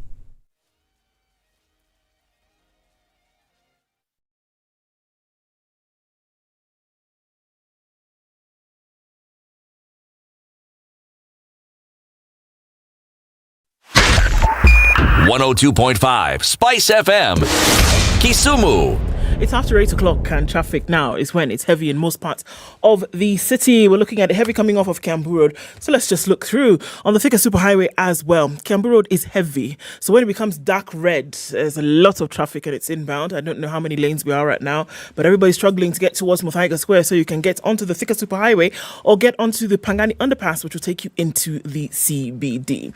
We're looking at it also heavy on James Gishoro. It's spilling over Waiaki Way out towards the city, rather the long way. So Red Hill Link Road and then onto Lower Kabete. Folks want to come out through Spring Valley and then in through Parklands or then out towards Westlands and into the CBD. That's what it looks like right now.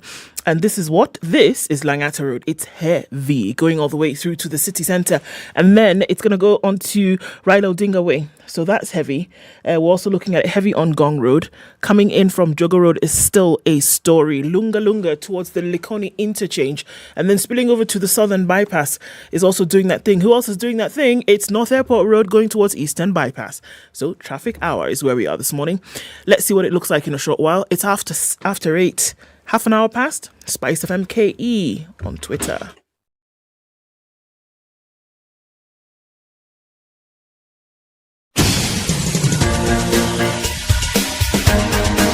This is The Situation Room, the home of hard-hitting political commentary and penetrating insights about the state of the nation. This is a talk radio experience like no other. The Situation Room, a place for hard truths, debates, and elevated conversations. The Situation Room, witty, political, engaging, deep, controversial. In the room, we have C.T. Muga, researcher, academic, seasoned political observer, a fountain of wisdom in these politically uncertain times. Ndu Oko, Nigerian by birth, Kenyan by choice, communications expert, Pan-Africanist, a truth seeker and believer in people power, and Eric Latif, agent provocateur, the man in the chair, seasoned journalist, news hound, a man who believes in punching up, not down. This is The Situation Room. And welcome the to the start of Kenya's biggest conversation. This is The Situation Room. Thank you very much for tuning in this and every weekday morning. We're live on KTN Home and Spice FM and YouTube and Facebook. And also, if you're actually watching this show later on in the day, in the evening, at night, wherever you are, you're catching up with the conversations, you're a bright person. You're good. You're good. This is the way to do it. You missed a conversation, just catch up with it later on YouTube. And you will find all of them there. We have a new guest in the studio. We've been telling you, okay, today is the 13th. At the end of the month is the 30th. You said it's a Friday, Ndu? Yes, it is. It's a Friday. 30th of June is a Friday. That's it. On that day, midnight like this, clock moves and you head and find your tax returns. Where? Wake up in a sweat. Penalty in answer too. Like that. And then you go interest, my friend. So you just don't get there. It is very easy to file your tax returns.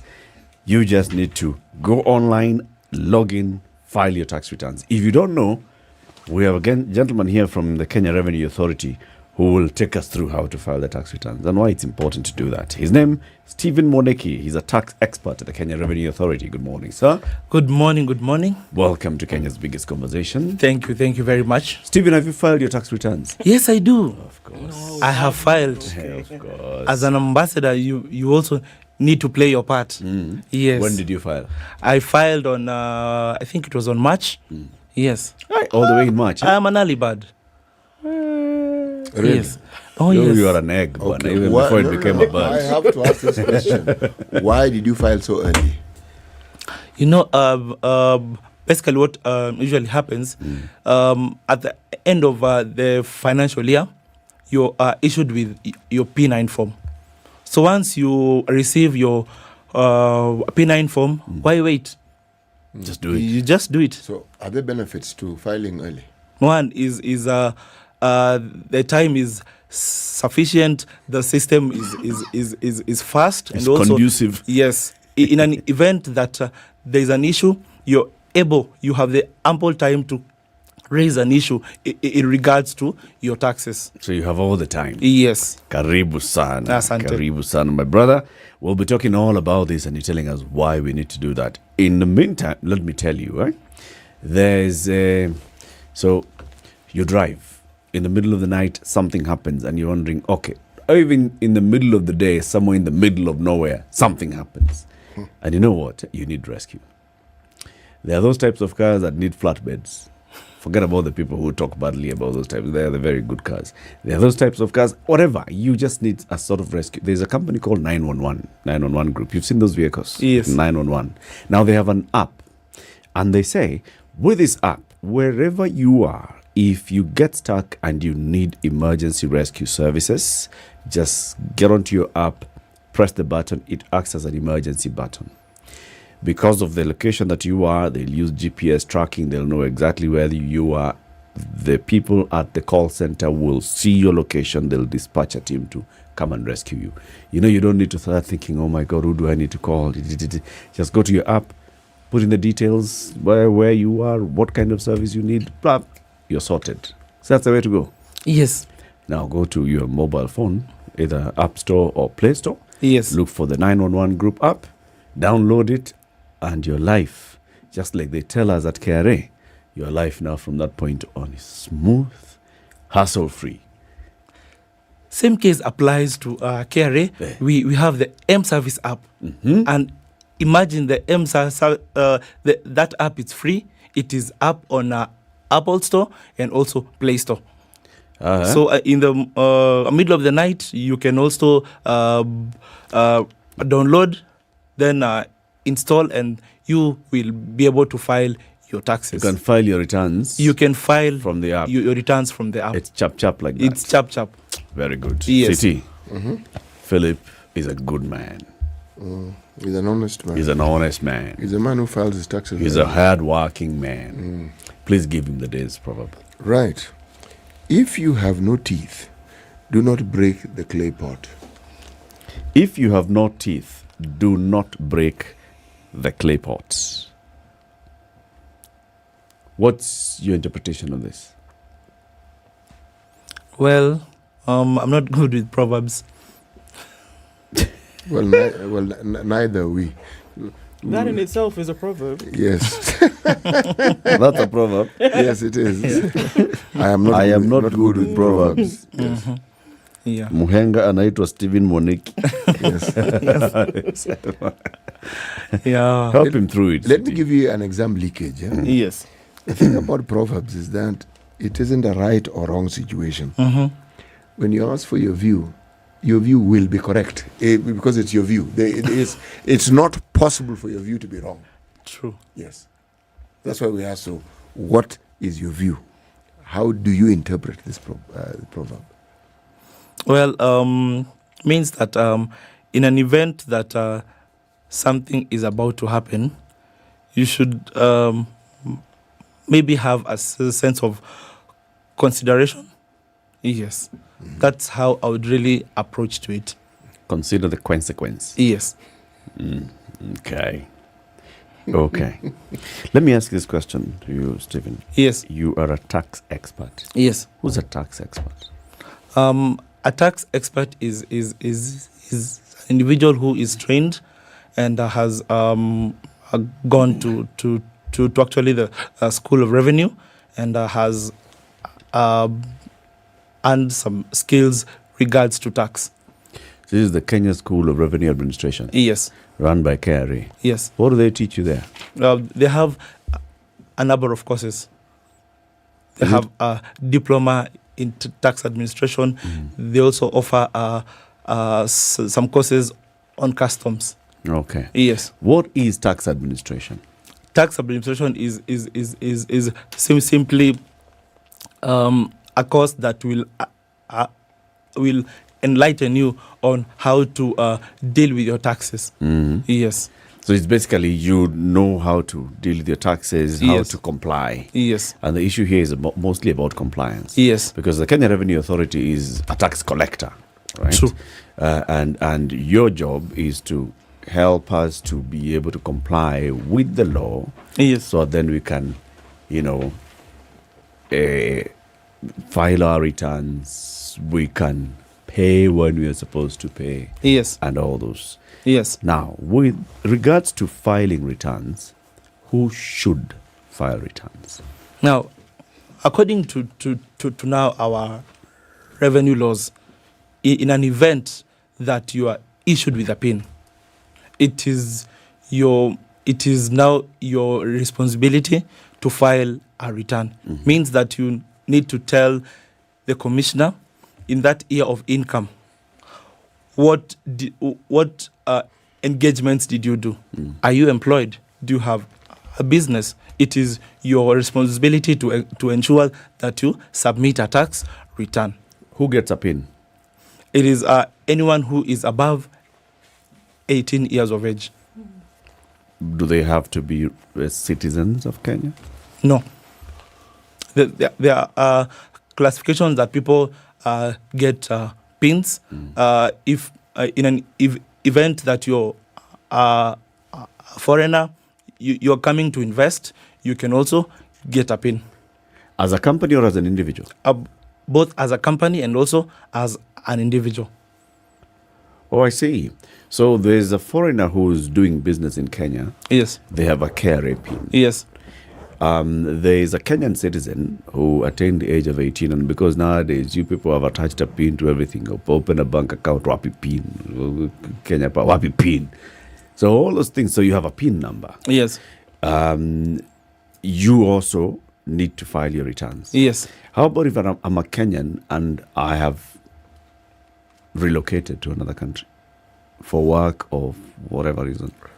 In an event that you have relocated, of course that means that if still you have an interest in Kenya, means that you are also a Kenyan. Meaning that in an event that you earn income in another jurisdiction, you still have to declare what has been earned here in Kenya because you are a resident.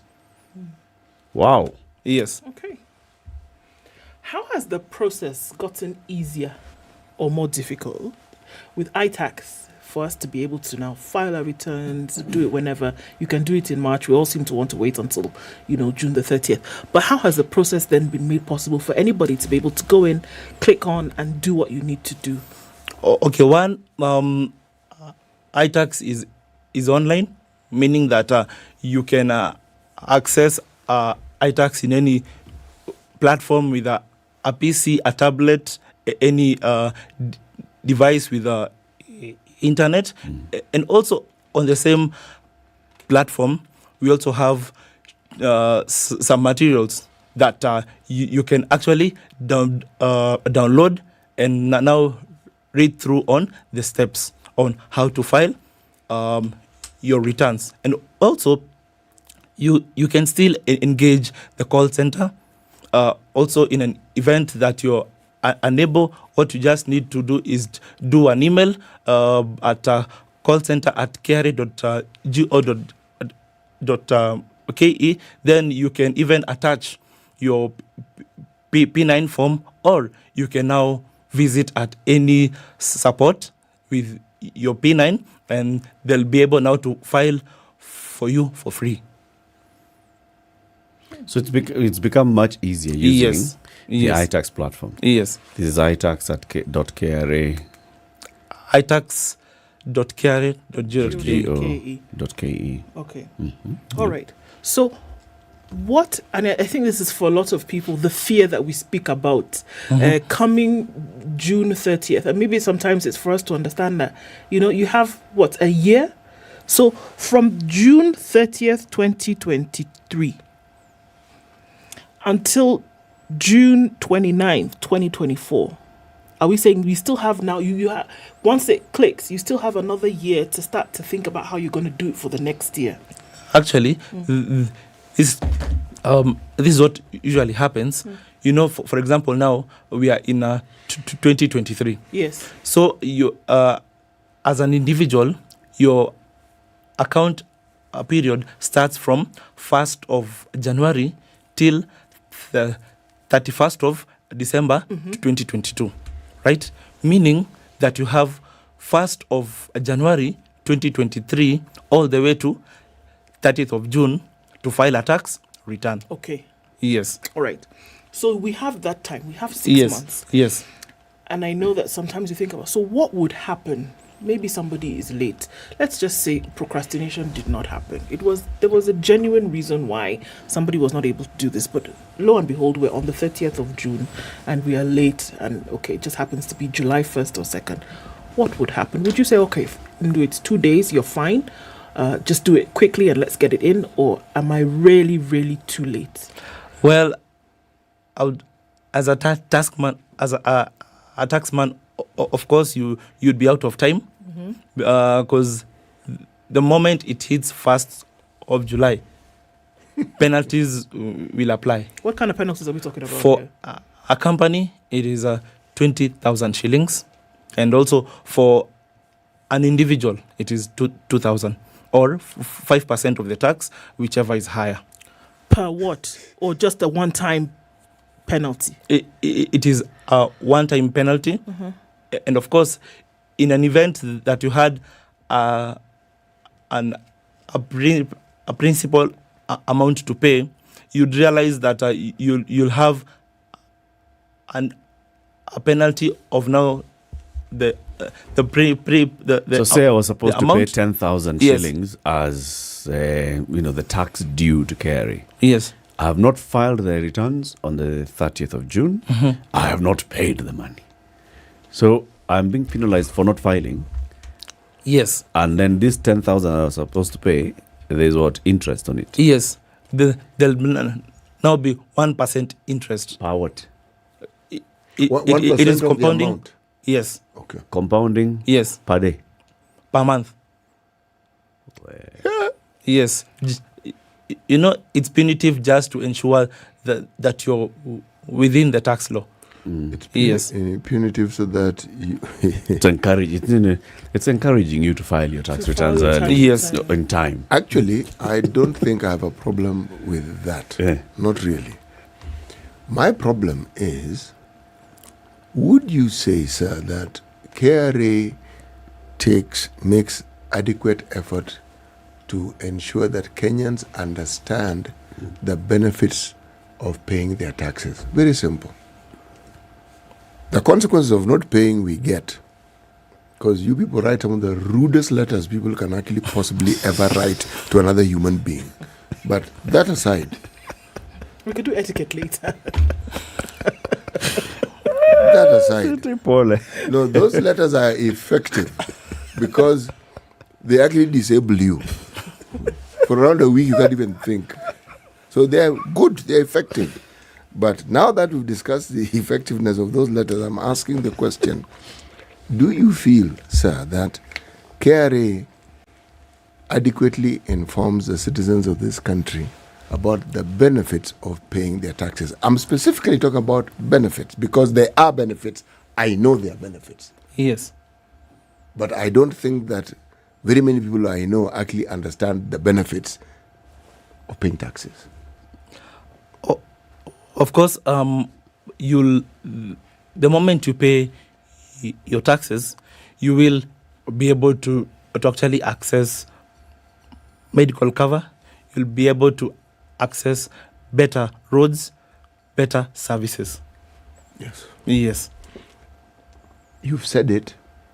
let me perhaps rephrase my question. Does KRA have a communication plan to continuously inform people about this? Because if we say it only in June, once June is over, we will forget. Is it something that KRA has planned so that in the course of the year, not just June, throughout, you're constantly being told and reminded, so that when you pay, the possibility of feeling that you need to resist this and looking at it as something punitive is minimized? Yes, indeed. If you're keen, from the month of February, we have had now the Ushuru Mashinani bus. This bus has been going around to all regions to ensure and encourage taxpayers to come front to actually come to be assisted in filing their taxes. And also, we are also active on the social platforms, Facebook, Twitter, and YouTube. What about radio? We have now our KRA TV. Okay. Yes. What about radio? That's why I'm here. I saw that coming. You must have seen that coming. Yes. That's why I'm coming. here. You see, Yes.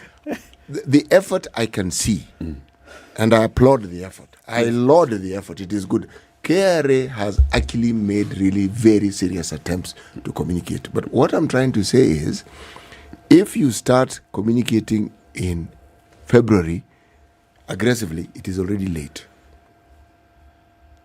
It is already late because there's information someone would probably need before you get to that date. And why do I mention radio? It is because it is the one channel of communication that most people have access to. True. And if it's already happening, then of course I do not know what I'm talking about, and I'm out of tune, and I'm not in touch with the reality. But if not, it's something that should be considered because this is important. It's important to pay taxes, but it's important for people to. You see, there are people who are entering this tax bracket now. Yes. Up until then, they have not had any interest in understanding tax matters. And there are many. There are very, very many. Isn't it important for these people to understand these things even as they begin this process of earning and paying, so that going forward, they themselves will understand the need to volunteer, the need to just do this. Are you taking this to schools, City? I always take things to school. You know that. I'm going to take it to school. One initiative. One initiative that we actually do is we invite taxpayers who are newly registered. Every month we have free engagements at Times Tower, 5th floor, for every in month. Nairobi. Yes. And also it also happens across the regions. Okay.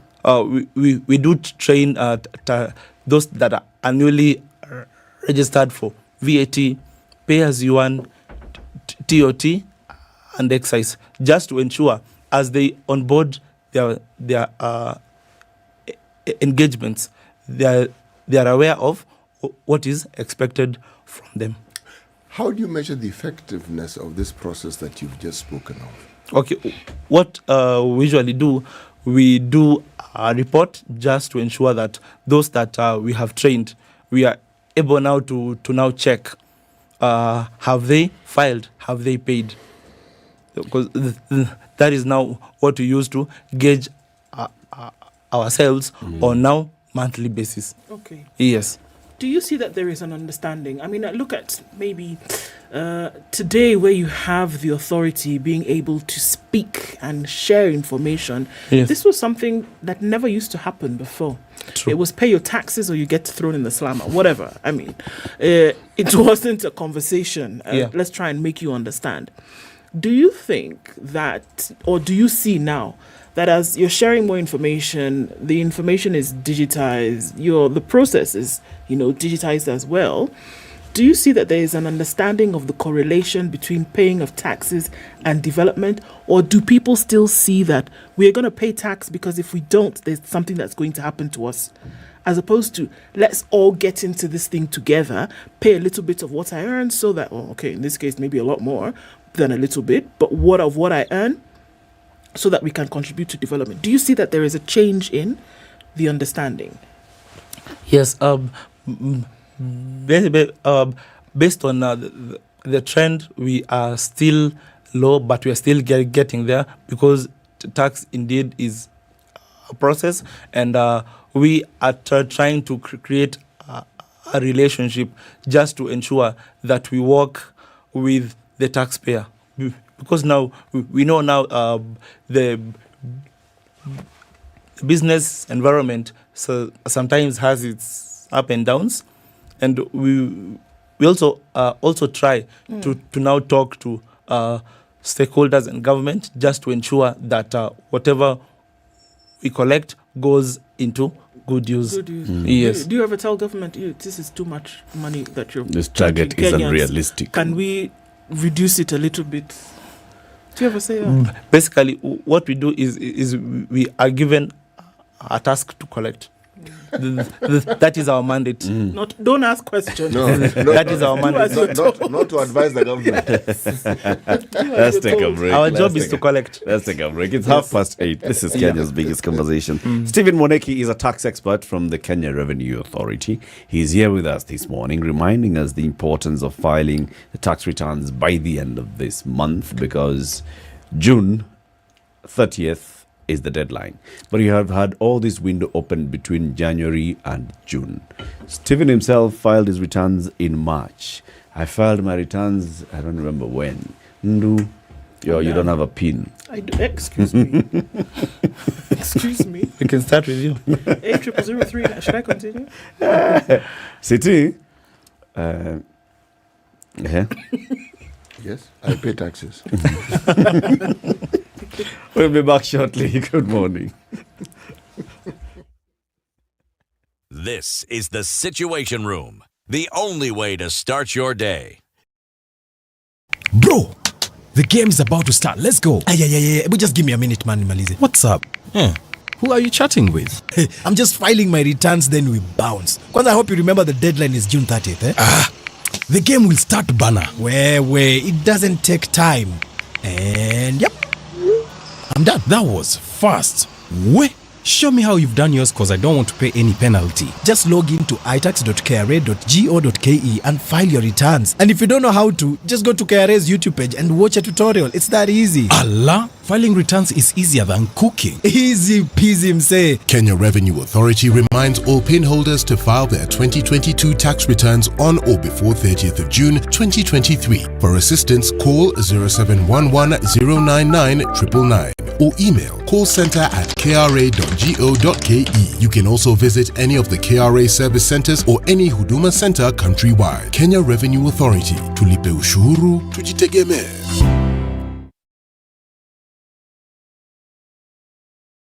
I have a brother. He was a pilot. He was laid off. He came to a policeman. He messed up. He went from a pilot to a policeman. Exactly. He stole a jet. Yeah. In fact, you should be lucky he was not court-martialed. The Spice Drive. Big hair and the biggest hits from the best decade.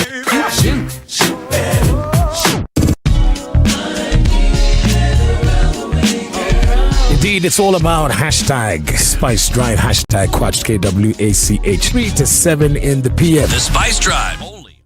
15 and cloudy in Nairobi, highs of 25 and lows of 14. And at 17, it's cloudy in Nakuru, highs of 26 and lows of 15. It's 14 and cloudy in Nyeri, highs of 24, and we'll see highs of 22. In a partly sunny Eldoret at 16. It's 25 and partly sunny in Mombasa, highs of 30 and lows of 23. And the sun is up as well in Malindi at 26, highs of 30 and lows of 25. At 20, partly sunny in Kisumu, highs of 27. And Kakamega will see highs of 26 today. It's 18 and mostly sunny in Kampala, highs of 26, and we'll see highs of 30 in a mostly sunny Dar es Salaam at 25. 4 degrees, partly sunny in Johannesburg, highs of 14, and mostly clear at 25. In Lagos, we'll see highs of 32, highs of 31 in a mostly cloudy Kinshasa at 24.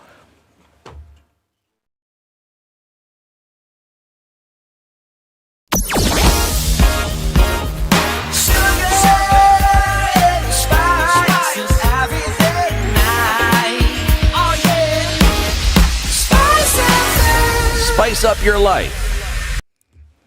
With typical delays of up to 11 minutes in any one place where there's traffic this morning, that's what it's looking like today on Kiambu Road. You'll probably see a little bit more than 11 minutes.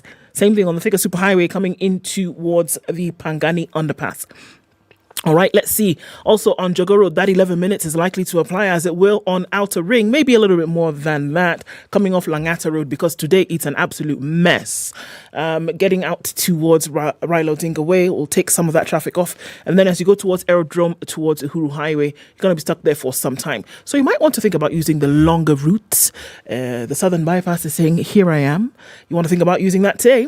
Think about it because everywhere else seems to be a bit packed up, and then you want to think about going the long way into the city via Ngong Road. Okay, let's keep an eye on things. Lunga still giving this morning.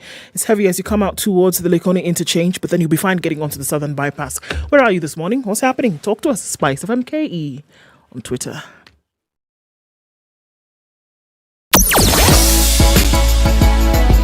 Sugar and spice and everything nice.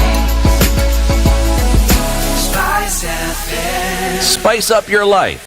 Mature, intelligent talk every morning. Spice up yourself.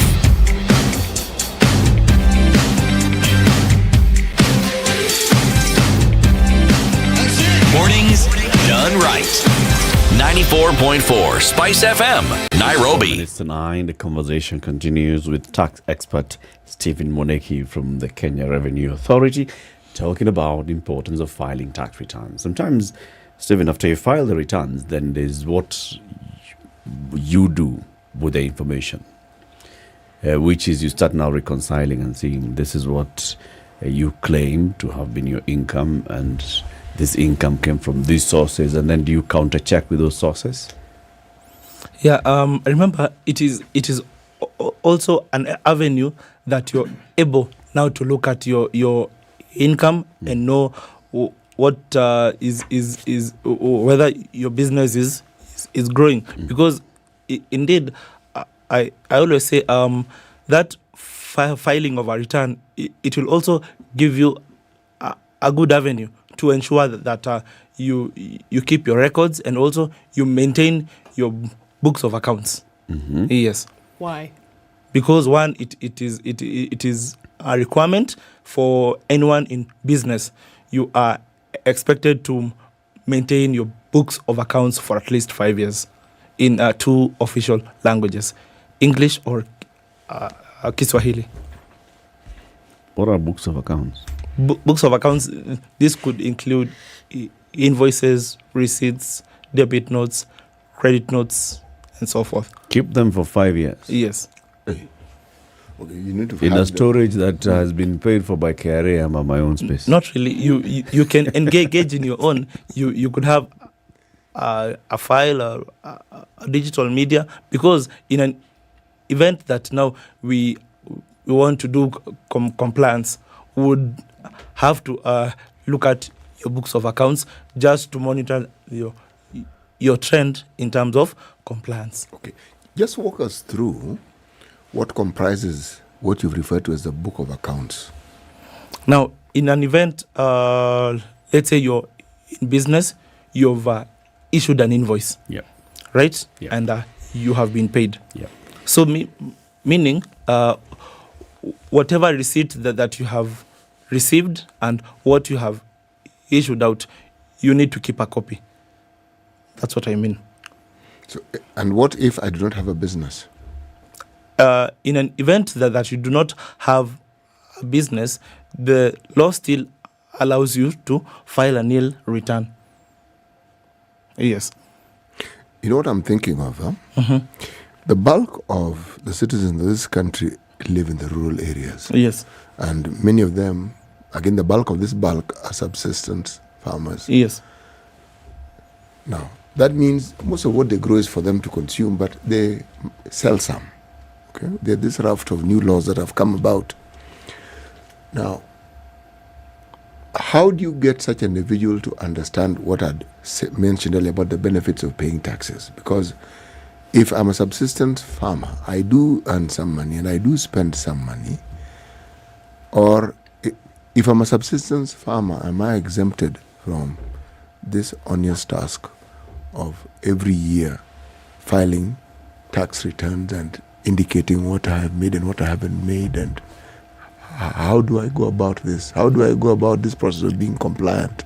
So one, remember, in an event that you're into farming, let's say your main is just subsistence farming, you are also in business. Section 15 of the Income Tax Act now allows you to claim expenses that are attributable to your business. Yeah, I like this claim thing. Repeat it again. Meaning that, of course, for you to derive at your taxable amount, so you have declared your turnover. Then, of course, you need to now have expenses that are related to the business.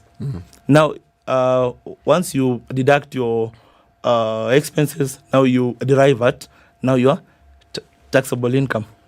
Of course, if it is a company, it will hit at 30%. If it's an individual, of course, the graduated rates will apply. Okay. Yes. Does KRA have a plan where they train some of these government officials who function at the very foundational levels of communities, say like chiefs and the assistants and headmen? Yes. We have now the stakeholder engagement team that actually handles such trainings. What do they do exactly? They basically they attend barazas to ensure that they now bring this information closer to the people. Okay. Is there a curriculum that KRA has for disseminating this information at the community level? We normally use now the mostly we actually interact now with people of the community. For example, now when we want to get let's say landlords in Kariobangi, just as an example. Yes, we actually go up to now the Nyumba Kumi. We get now the elders that are situated in that region. Then we organize a forum. How often do you organize? For now, we do it like the last that we had was in the month of April, because we got some landlords, and we had an engagement with them. We trained them. They also raised some issues that would now escalate, just to ensure that we provide an environment which is better for them. You know, KRA has a very important function. Yes. And without KRA, this country can't actually function or move.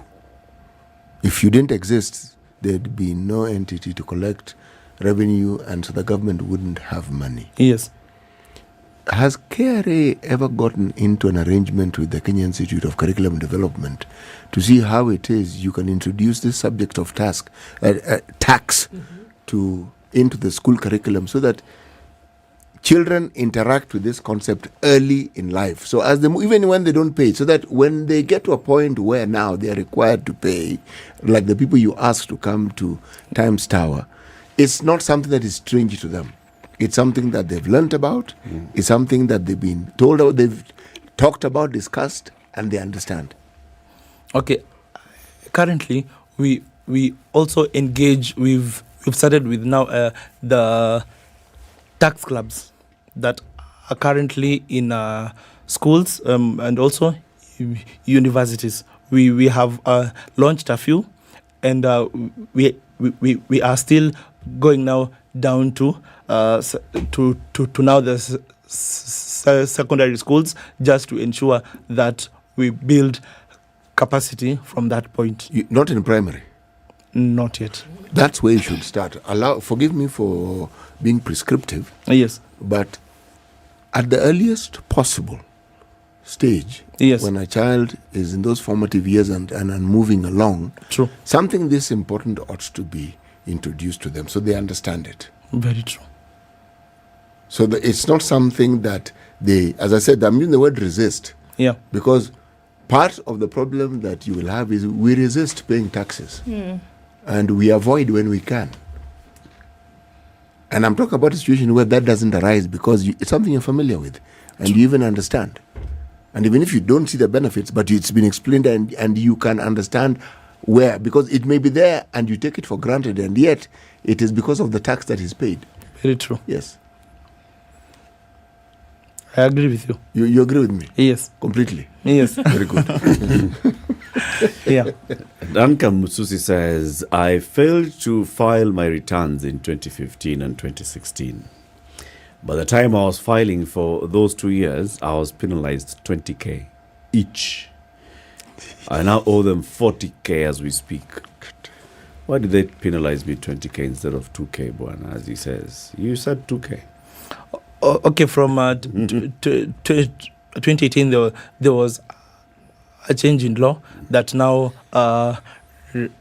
reverted back from 20K to now the 2,000. Yes. So Duncan be, some Howard? Has he tried to? So what should he do? Engage. Okay, one, he should do a letter explaining the reasons why he failed to file the return. And also attach a convincing evidence for us now to prove that indeed he was unable to file. Yes, because now it is being worked on case by case basis. Okay. Yes. My daughter got her PIN number. Yes. In the month of June. Should she file her returns this year or wait for next year? If she got a PIN this year, means that she'll be expected to file now from now next year. From next year. Yes. Okay. So anybody who's basically registered and received their PIN in this calendar year, yes, does not have to file. Yes. This time. Yes. But come January 2024, yes, they are required to file. Yes. If you got your PIN on the 31st of December 2022? Yes, indeed. You'll just declare whatever that was earned in that... On that day? That day. Yes. Yeah. Very, very true. Yeah. I wanted to just go back to that question that Siti was asking about. So majority of folks don't reside in what would be urban centers, majority. And looking at then the efforts that are being made to get everybody on the grid tax-wise. Yes. How is that going? Because right now it seems that there's a lot of pressure to say collect, like you said, collect. But in terms of sensitization and awareness of this and getting more of this 50 million people on the grid, what's Kerry doing about that to even get an understanding as to what this is all about? The person who is in the rural, who is doing her little business, the person who's building again in the rural area, they're supposed to be paying taxes on some. I mean, they already do by virtue of the fact that they wake up and breathe air into their lungs every day. We know that. Yeah. But then there's activities that they do then that require them to pay a tax at whatever level. They may not understand it, couldn't be bothered because they don't see anybody. So if you don't see anybody, it doesn't exist, right? True. So what then would the authority be doing to get everybody to get this understanding around those who are not hearing or seeing this tax jumping at you every day? So basically, what we try to do is now we try to ensure that one, we create as many platforms to ensure that we get everyone on board. Even you can attest now. We've had discussions via Twitter Space. We have discussions through Facebook. We have also sent out teams just to ensure that they now speak on vernacular radio stations, just to ensure that we pass this information to until the last person. Yes. Someone's asking whether you're also on TikTok. TikTok, we are coming up. Yes.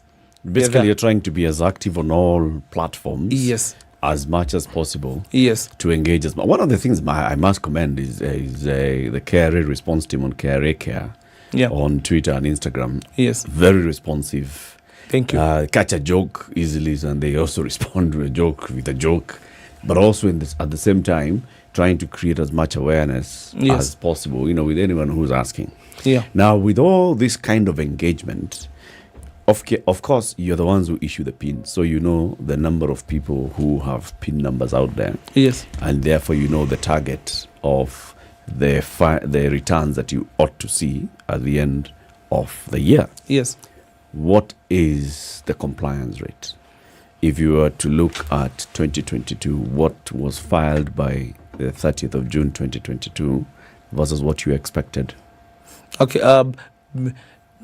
Based on now the current trends, we've had a growth, because you realize now the growth, it is attributable to us reaching out and trying to now ensure that we start early, we engage discussions, we engage interactions through now the platforms, and also for my team at Taxpayer Education, we do interact with taxpayers on a monthly basis. So it has proven to ensure that we are having a growth, though we are still not yet there, but we are coming up. So is the compliance 40%, 50%, yes, 100%? There's a growth. Yeah, what's a percentage? Yes. Yeah, come on. You can just tell us. Are you saying that you have 11? How many pins have you issued? Do you have the number offhand? Not quite. Not offhand. Yeah. Okay, but it's in the millions. True. Now, those that file their returns, much as you're saying, yes, there's a growth, is it in the above 50%, the above 60%, the 90%? Okay, cumulatively, last year we hit at around 94%.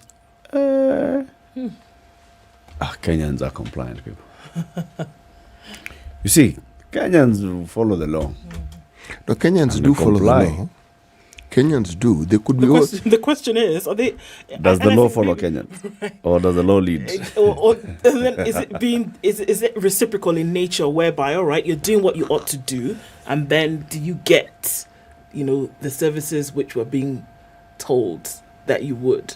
And like I know what you said earlier is that you're not you're the collector. You collect. You've been told to collect, so you collect. Yes. In terms of what's being done with it thereafter, I mean, it's not under your lens.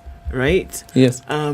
But then to also understand the process, and I think that's the thing, maybe that's another thing to look at for, is that are people paying because they're still scared of the punitive nature of what might happen later, or because there is an understanding that all of us are in this thing together and we must pay tax so that the country can go forward?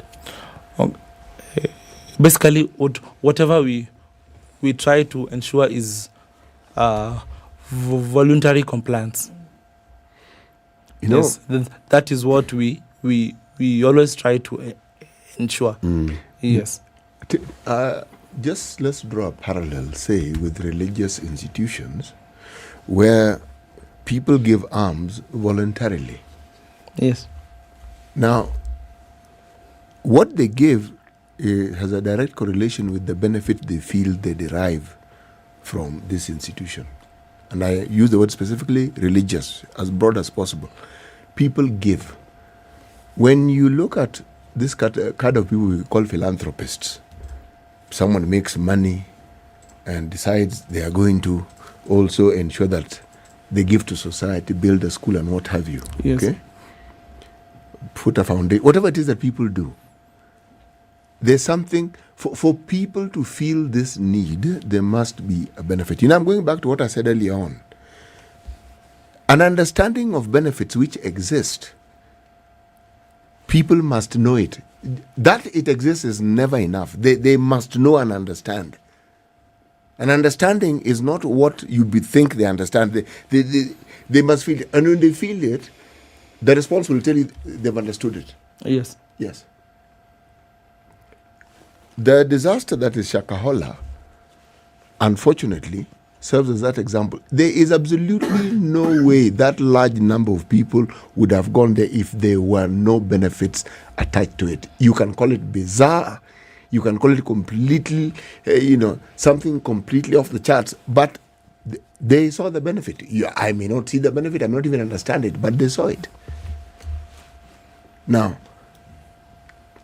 human beings respond to things that they feel are useful to them. It's not complicated. I'm really overloading this thing, but I feel it is necessary.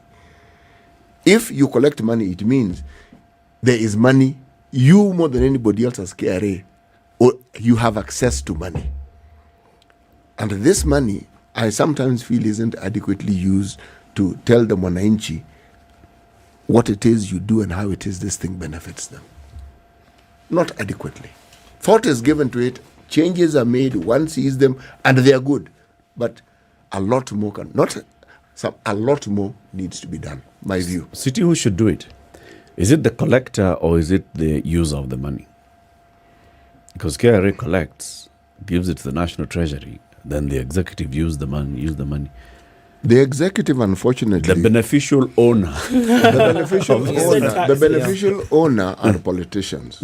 Okay, politicians in this country, by and large, have guaranteed that we don't trust them. It's not us who don't want to trust them; they are the ones who guaranteed that we trust them as little as possible. KRA are an honest group of people, but by and large, we know what they do. They, in my opinion, have the duty. They are more likely to be believed when they say what they like to say. If what they are supposed to say is said by a politician, I will sit upright and disbelieve it even before the sentence is complete. So, for example, the things that Stephen has told us, Yes. if you pay taxes, then you have access to better roads, you have access to better health care. What we'll start asking Steve, like in his hospitali ifanyi kazi. He can't answer. No, he can't. But I am telling Stephen this so that he understands that compliance begins with knowledge. Somebody understands something, you've taken them one step towards compliance. So we're saying the likelihood of somebody complying is greater if they understand this thing that they're doing. Yes. They don't understand it. And that's why I focus on benefit. If they understand it, even as they say, okay, healthcare, you'll say, okay, the hospital exists. And some people do get benefits. It could be improved on. Now, you see, that's when we engage executive, because once KRA has gotten the money and given it, it's not their duty to ensure those things happen. They collect so that those things can be done. Yes. But we need to know and understand. I will take the road for granted, but that road wouldn't happen if all these Kenyans didn't pay their taxes. Yes. And everyone counts. That's really what I'm saying. Yes. Yes. Good one. Linda says, Philip, that you've told us, Stephen, you've told us there that you conduct free workshops regularly, actually monthly, right? Yes. For taxpayers of various categories, including new taxpayers. Yes. Linda says now, calling new taxpayers to that building called Times Tower, please rethink. That building is intimidating. How about you call them elsewhere? A more palatable place. New taxpayer and then come to Times Tower. You might go there and never come out. We have other avenues. No, I believe that's I would call it fear of the unknown. Because again, we have a revisionalized KRA. Now it's friendly. It is accessible, and we are seeing people coming up to engage with us through training. And also, apart from the physical, we also have online platforms. Virtual training. Yes, that we do engage. Okay. Yes. Linda Gola, maybe you should visit Times Tower. It's changed from the last time you were there. Thank you very much, Stephen, for joining us today. Stephen Moneki is a tax expert from the Kenya Revenue Authority. He's been here reminding us the importance of filing tax returns and also telling us it's pretty easy. Just go to itax.kra.go.ke. You can also download the app. It's called what? The app? M-Service app. The M-Service app. Yes. That's it. Download that, and it's also easy for you to file from the app. Good morning. It's 9 a.m. Time for the news. Spice up your life.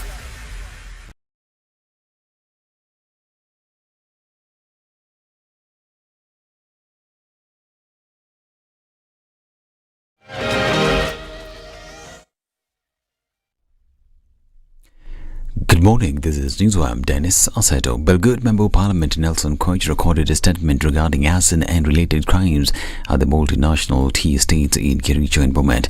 He was among leaders, locals and activists who were being questioned after numerous attacks and massive destruction of crops, tea planting machines and other equipment by locals who were opposed to mechanization. So far, Kericho Governor Eric Mutai, several members of Bomet and Kericho County Assemblies, residents and 5 WhatsApp group admins have been questioned on the attacks.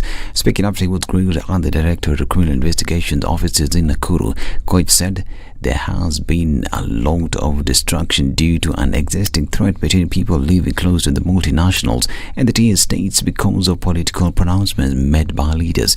He revealed that he was instructed to maintain peace, not to make statements regarding the matter in the probe, and allow the DCI to continue investigating. It is not to give the people and the young people who are looking for employment in the multinationals green card to get into the tea estates and cause havoc, get into a lawlessness in the name of trying to kick out mechanization. It is totally wrong and unacceptable.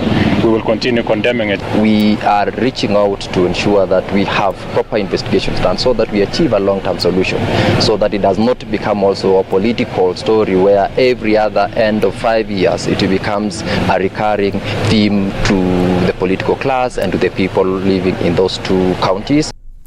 The Bonn Climate Change Conference, better known as the SB58, entered homestretch week, with members hoping to craft a draft text for this year's Conference of Parties or COP28, which will take place in the United Arab Emirates in December this year. Among the issues expected to be addressed include an agreement on delivering more adaptation finances and ensuring the operationalization of the Loss and Damage Fund. Experts attending the meeting also expect the global stocktake to serve as a moment of accountability and lay out a roadmap for updated and enhanced national climate targets that will help global warming below 1.5 degrees Celsius. Now, according to Dr. Mithika Munda, the Executive Director of Pan-African Climate Justice Alliance, parties need to hasten fast-tracking the process of delivering the global goals for adaptation as agreed during COP26 meeting in Glasgow, Scotland 2 years ago. And oil marketing companies from Nairobi and other parts of the country are opting to fill their tankers at the Nakuru Kenya Pipeline Company depot after the installation of an ultra-modern bottom-loading facility. KPC Managing Director Joe Sang said the preference by OMCs was a significant demonstration that the investments the company was making are geared towards improving business performance and enhanced customer experience. He said customers will benefit immensely from the bottom-loading facility as it will speed up loading process and reduce waiting time. And the Kenya Airports Authority has announced the completion of rehabilitation projects in Kakamega, Kitale and Migori airstrips as part of the efforts to decongest Kisumu Airport and boost regional air traffic. KAA Managing Director Alex Gitari noted the interconnectivity of domestic airports will drive business and offer convenient travel options. Gitari further announced the planned expansion of Kabunde airstrip as a demonstration of the recovery and growth of domestic travel. Overall, Lichota Airstrip in Migori received 310 million shillings in upgrades. Kakamega Airstrip 174 million shillings and the Kitale Airstrip received 221 million shillings. The airports in Kakamega and Migori will play a significant role in promoting tourism. The Kitale facility will support transportation of horticulture goods. The Kakamega Airstrip will allow larger aircraft. Now, Lady Justice Imani Daud Aboud from Tanzania has been re-elected President of the African Court on Human and People's Rights for the second and final term of 2 years. She was re-elected at the opening of the Pan-African Judicial Organ's 69th Ordinary Session. At the same session, Justice Sako Modibo from Mali was elected Vice President of the Court. Expressing her gratitude, Justice Imani thanked her colleagues for the unanimous re-election and the confidence they have shown in her leadership. And Silvio Berlusconi, the former prime minister who reshaped Italy's political and cultural landscape while fending off multiple legal and sex scandals, died at the age of 86. The billionaire media mogul was admitted to a Milan hospital Friday last week for what aides said were pre-planned tests related to his leukemia. His admission came just 3 weeks after he was discharged following a 6-week stay at Milan's San Raffaele Hospital, during which time doctors revealed he had a rare type of blood cancer. This is News. I'm Dennis Aseto. Good morning.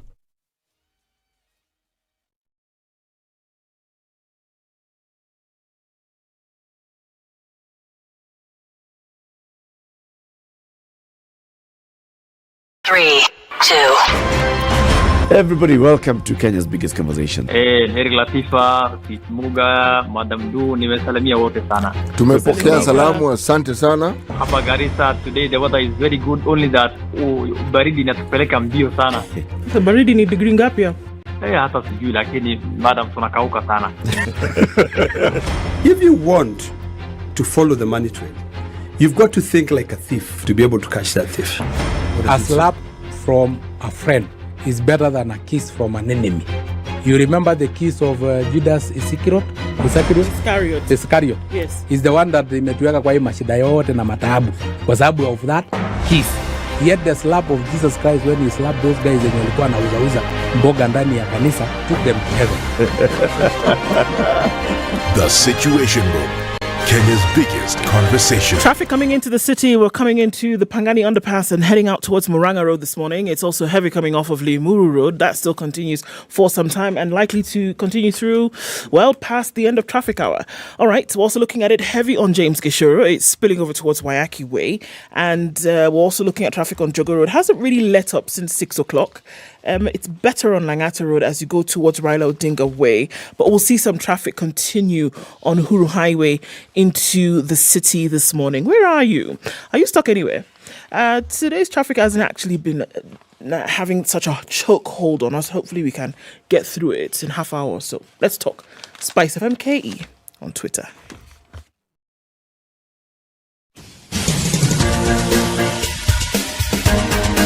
This is The Situation Room, the home of hard-hitting political commentary and penetrating insights about the state of the nation. This is a talk radio experience like no other. The Situation Room, a place for hard truths, debates, and elevated conversations. The Situation Room, witty, political, engaging, deep, controversial. In the room, we have C.T. Muga, researcher, academic, seasoned political observer, a fountain of wisdom in these politically uncertain times. Ndu Oko, Nigerian by birth, Kenyan by choice, communications expert, Pan-Africanist, a truth seeker and believer in people power, and Eric Latif, agent provocateur, the man in the chair, seasoned journalist, news hound, a man who believes in punching up, not down.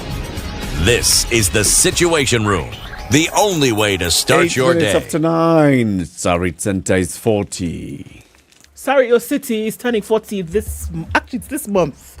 40 this month. And have you been down to the Sarit Center? Have you taken a walk through the different shopping aisles and outlets and the different things that you can do, have a meal or a snack? There's a gym, there's, all sorts of fantastic things. There's a movie theater, etc., centers, shopping. Sarit is saying, come down between 1 and 2 p.m., spend 2,040 shillings, and what we'll do is that we'll let you then get into what they want to call a grander draw. Spin the magic wheel, and where will it land, black or red? It could be shopping vouchers, it could be meal vouchers, it could be a gym membership, it could be a vehicle, it could be a cruise. Whatever it is, it's helping Sarit Centre celebrate 40 years. We're going to do it here as well. What would you spend that 2040 on? That 2,040 shillings. On what would you spend it? Tell us on Spice FM KE on YouTube or Facebook. And at the end of today, you could win a hamper. Mambo like that, eh? Evo.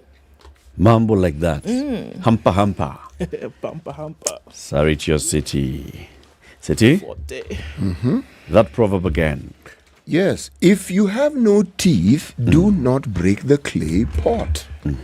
Yes. Yes, because that pot is the pot where you will find sustenance that meets the needs of your toothlessness.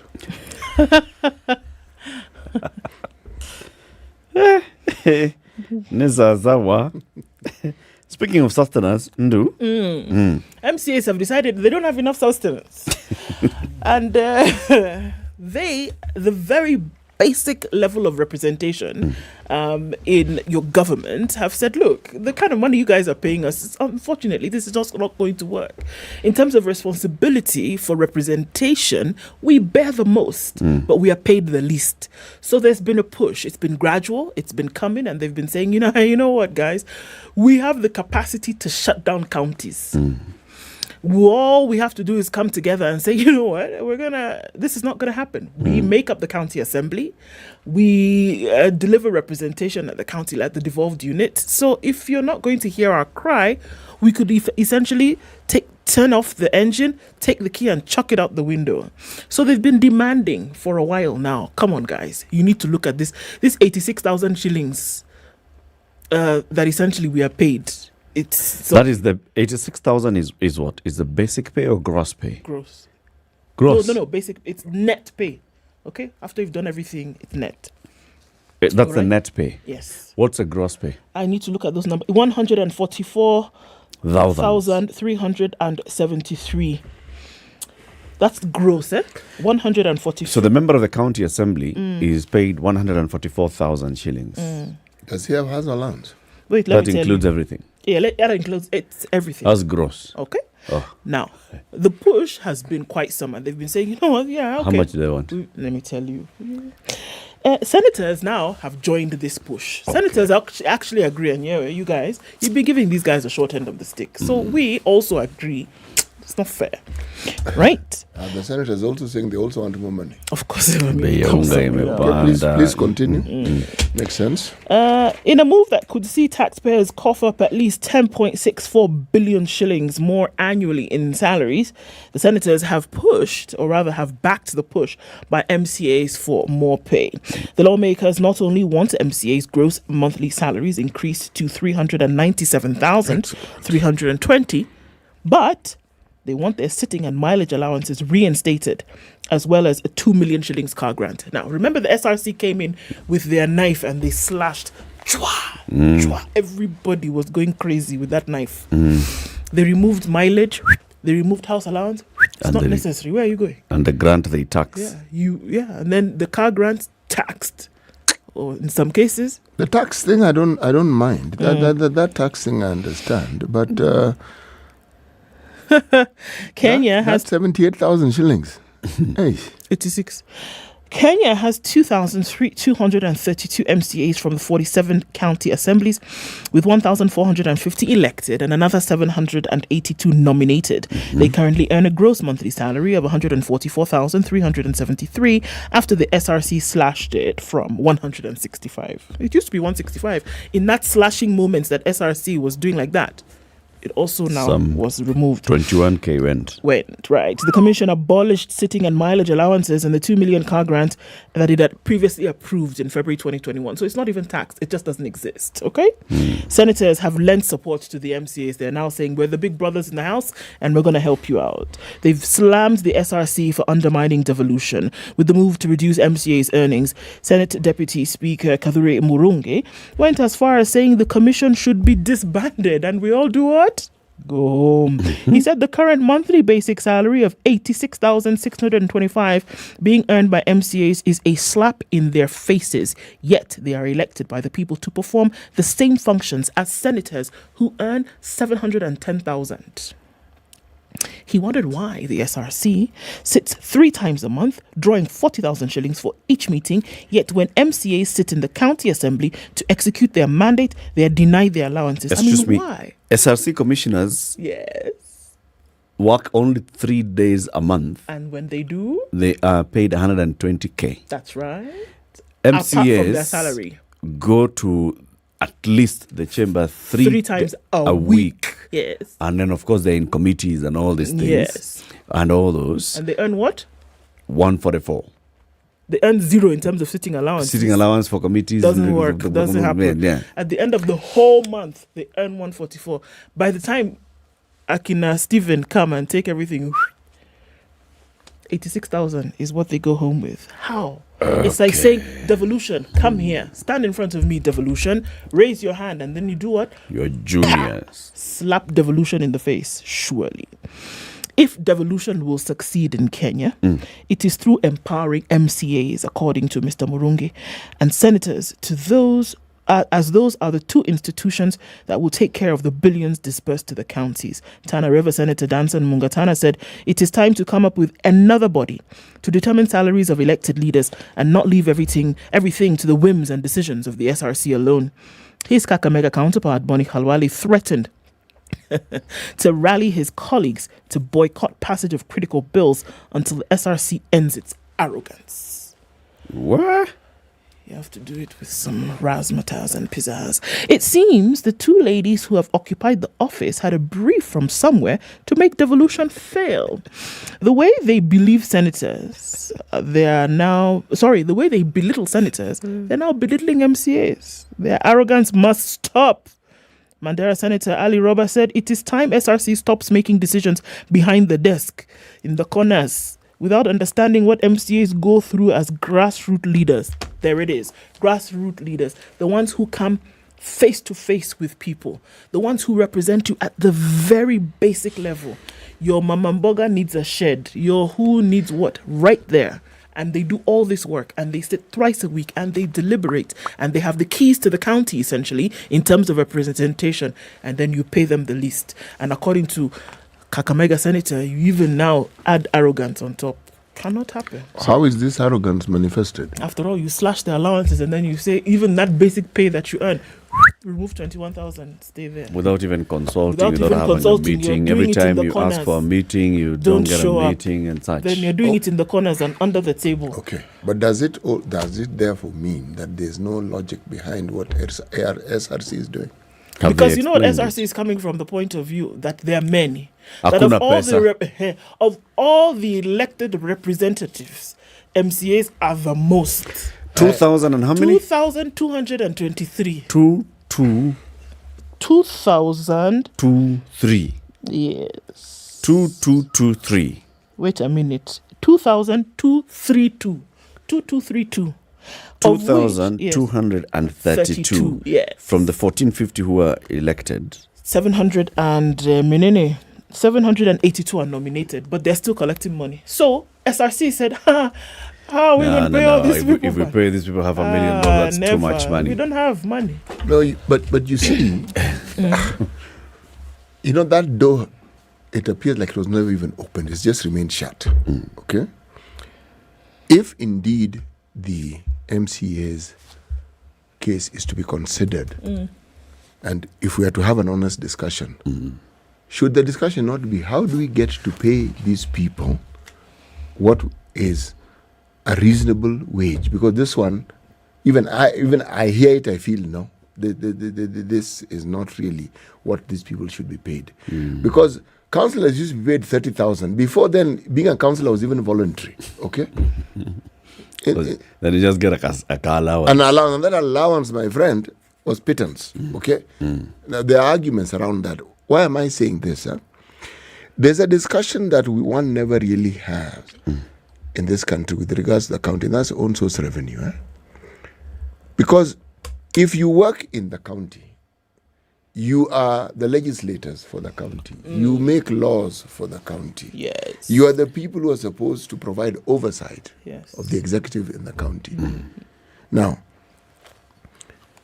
do they, apart from these very many what is called benchmarking trips and trips to Naivasha and Mombasa that we always read and hear of MCAs having, is it not possible for a discussion to be had if own source revenue actually was up to the point where it was remarkably good? And can then one not make a case for an increase in the pay of the MCA based on what the county can actually afford? Because if there is money, it makes sense. You can actually ask for more. But should you also not show that you have participated in that much more money being acquired or being received or being collected? So that when you ask for your portion, you are asking for something that you participated in ensuring exists. But MCAs don't collect. No, they do not. They legislate. They oversight. The only thing they will do in terms of those things is they will legislate a finance bill. Okay. Now, if you start pegging finance bill to that's how much they're going to earn, guess what will get into the finance bill? They'll start taxing. You walk around and we smell like you farted, pay. Yeah. You know, like Don't even they think will about add it. all those things. Number one. Number two, yes, they oversight. So their oversight is just to make sure that there is a prudent utilization of the money, the revenues collected. The legislation bit, prudent use. How do you oversight something when you don't have a say in the process of getting this thing that you're talking about? You do have a say. Precisely. The you finance do. bill. Yeah. Yes. Budgets. You approve or deny. We are on the same page here. I am saying this. The reason why I've given that example, it is not comprehensive, and even I know it is not comprehensive. But I am raising this point. I'm talking about asking for more money is all good and well. What is it beyond having been elected? What else do you do to ensure that this money actually exists? That's really the question that I'm asking. What do MPs to ensure? What do MPs do to ensure that the money that they are paid actually exists? Yeah. MPs make sure the government can borrow more money. To use to pay them. Yes. Because let me tell you another formula that they came up with. That they said, you know what? Even if we want to take aside this of making sure how you earn money, own source revenue conversations, okay. They said, look at a president, for example.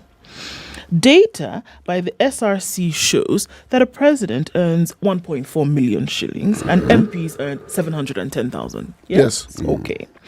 On the other hand, governors earn 924,000 shillings. MCAs argue that since the MP's salary is 43% of the president's, it therefore follows that there should also be 43% of the governor's. Hence, 397,000 is what should come to them if you're just going to use mathematics alone. Because if you're looking at representation from the executive on a national level, this is now representation from the executive on a county level, which is where they operate. So if we're going to use that formula, let's use the same formula for it to apply on this side. They said they are pushing for better remuneration.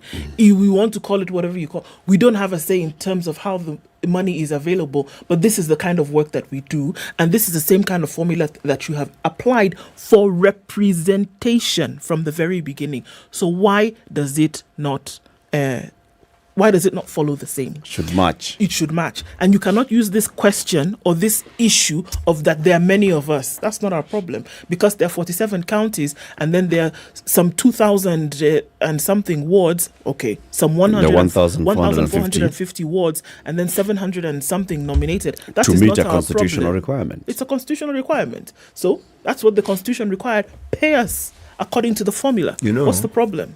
I'm not going to move from. Let's not even add emotions to it. Just mathematics. So, City, you want to peg it on, get a percentage of what has been collected by the county? I am actually saying something very simple. That our conversations tend to be devoid of the key factor. This thing that we call revenue that is collected, and this thing that then is channeled and funneled out to do all sorts of things. Okay?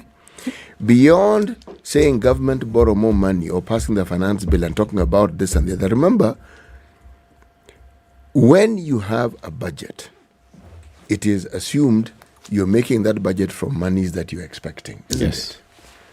Now, that process of ensuring that this expectation is realized, realistically speaking, you're talking, what are our revenue streams? How can we do this? How can we ensure? I'm saying the idea of being remunerated cannot be divorced from the work you actually do to ensure that that revenue exists. That's really my point. Okay. Yes. Okay. The job of a member of the county assembly is representation. Yes. Speaking on behalf of your people. Yes. Oversighting the executive. Yes. And making sure that everything that the executive is doing is as per law and procedures established. Yes. Legislation. Yes. Okay. Now, the county assembly, just like the National Assembly, makes budget. Yes. So the executive will propose the budget estimates for the county. The assembly will discuss and approve and appropriate to the various departments.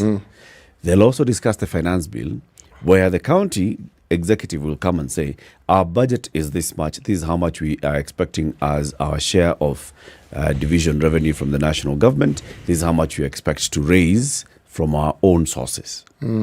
Right? And it will be there. There'll be, because of this and the other. And the county assembly, in doing this thing, will discuss, is this realistic? Is this not? So we know division of revenue is X amount. The county allocation revenue is this. This is how much we expect to get in our county. You are saying our own source revenue is going to be here, coming from these areas. Now let's balance between representing the people and taxing the people.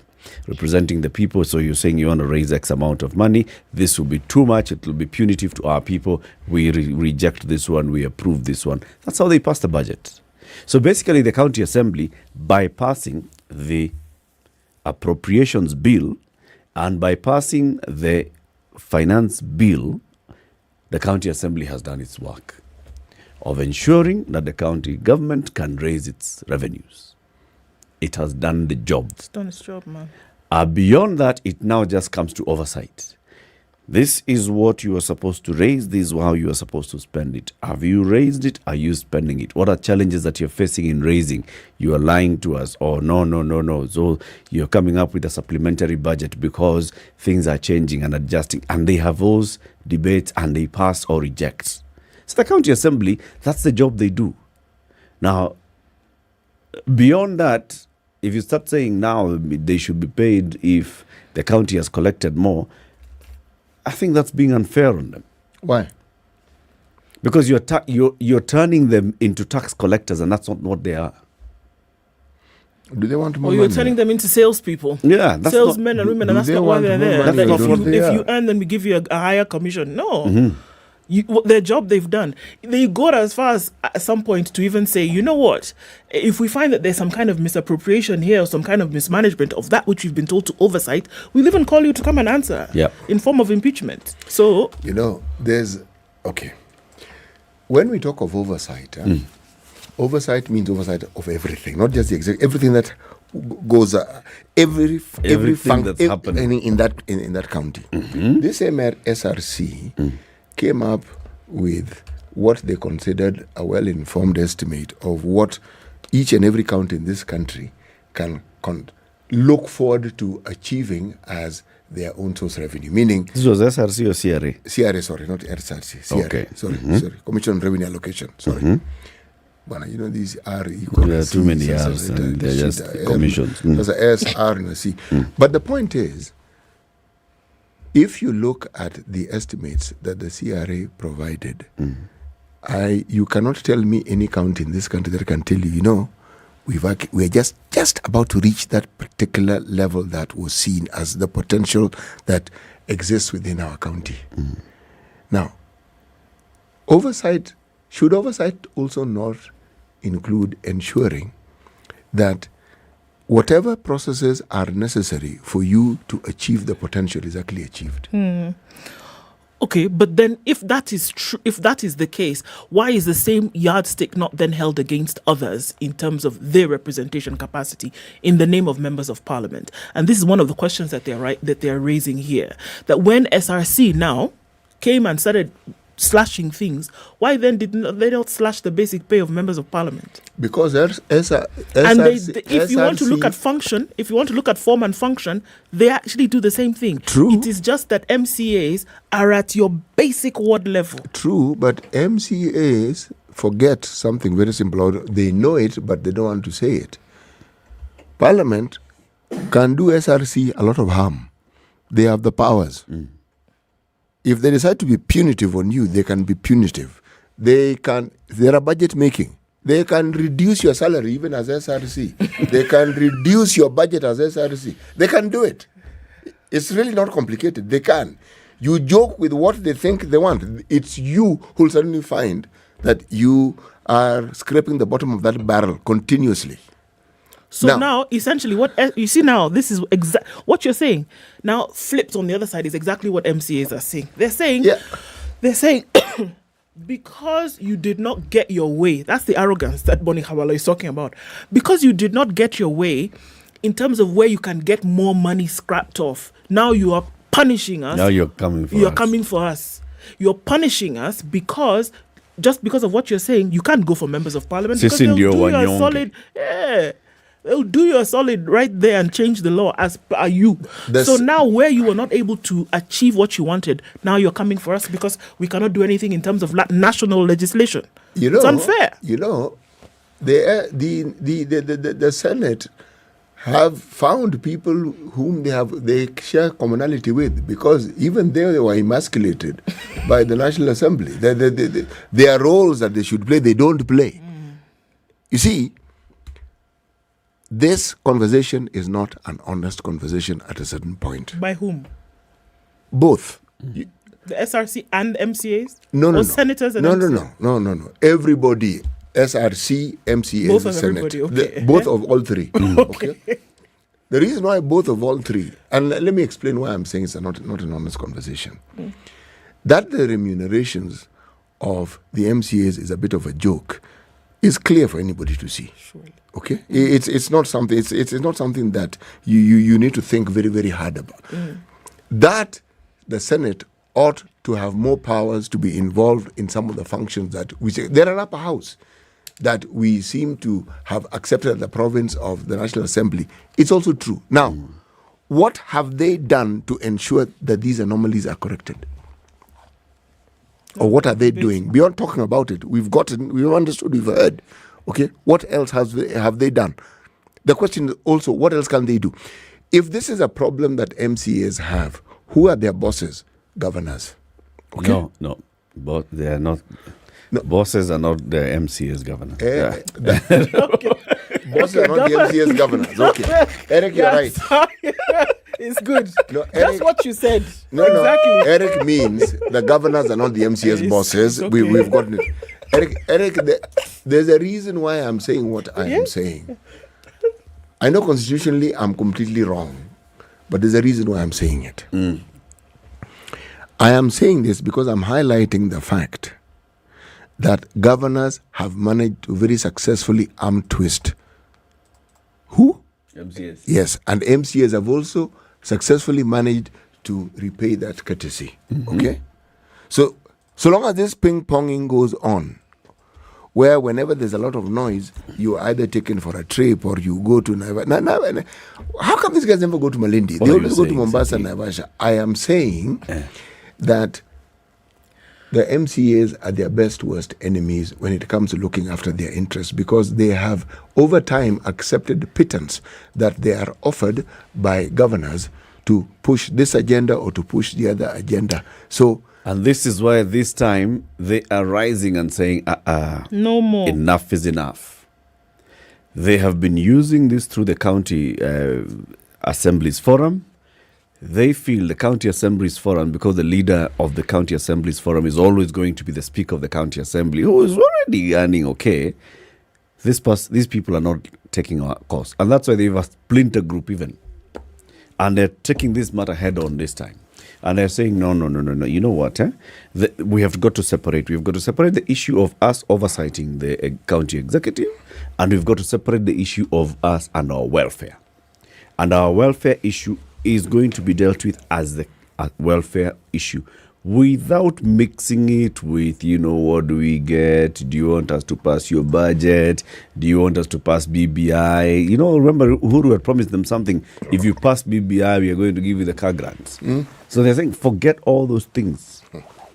Let's not tie this to performance. And that's where City is trying to bring us back to.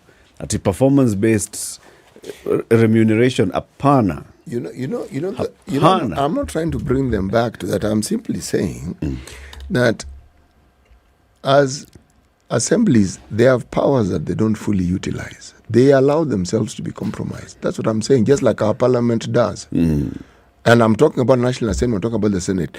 At some level, all these wonderful, honorable gentlemen and ladies that we elect to represent us allow themselves to be compromised. So even the very functions that we speak of as oversight is compromise, simply because, and when that compromise takes place, all these things that we are discussing, whether it is KRA collecting revenue, whether us meeting targets, all these things therefore get compromised. Things really go wrong.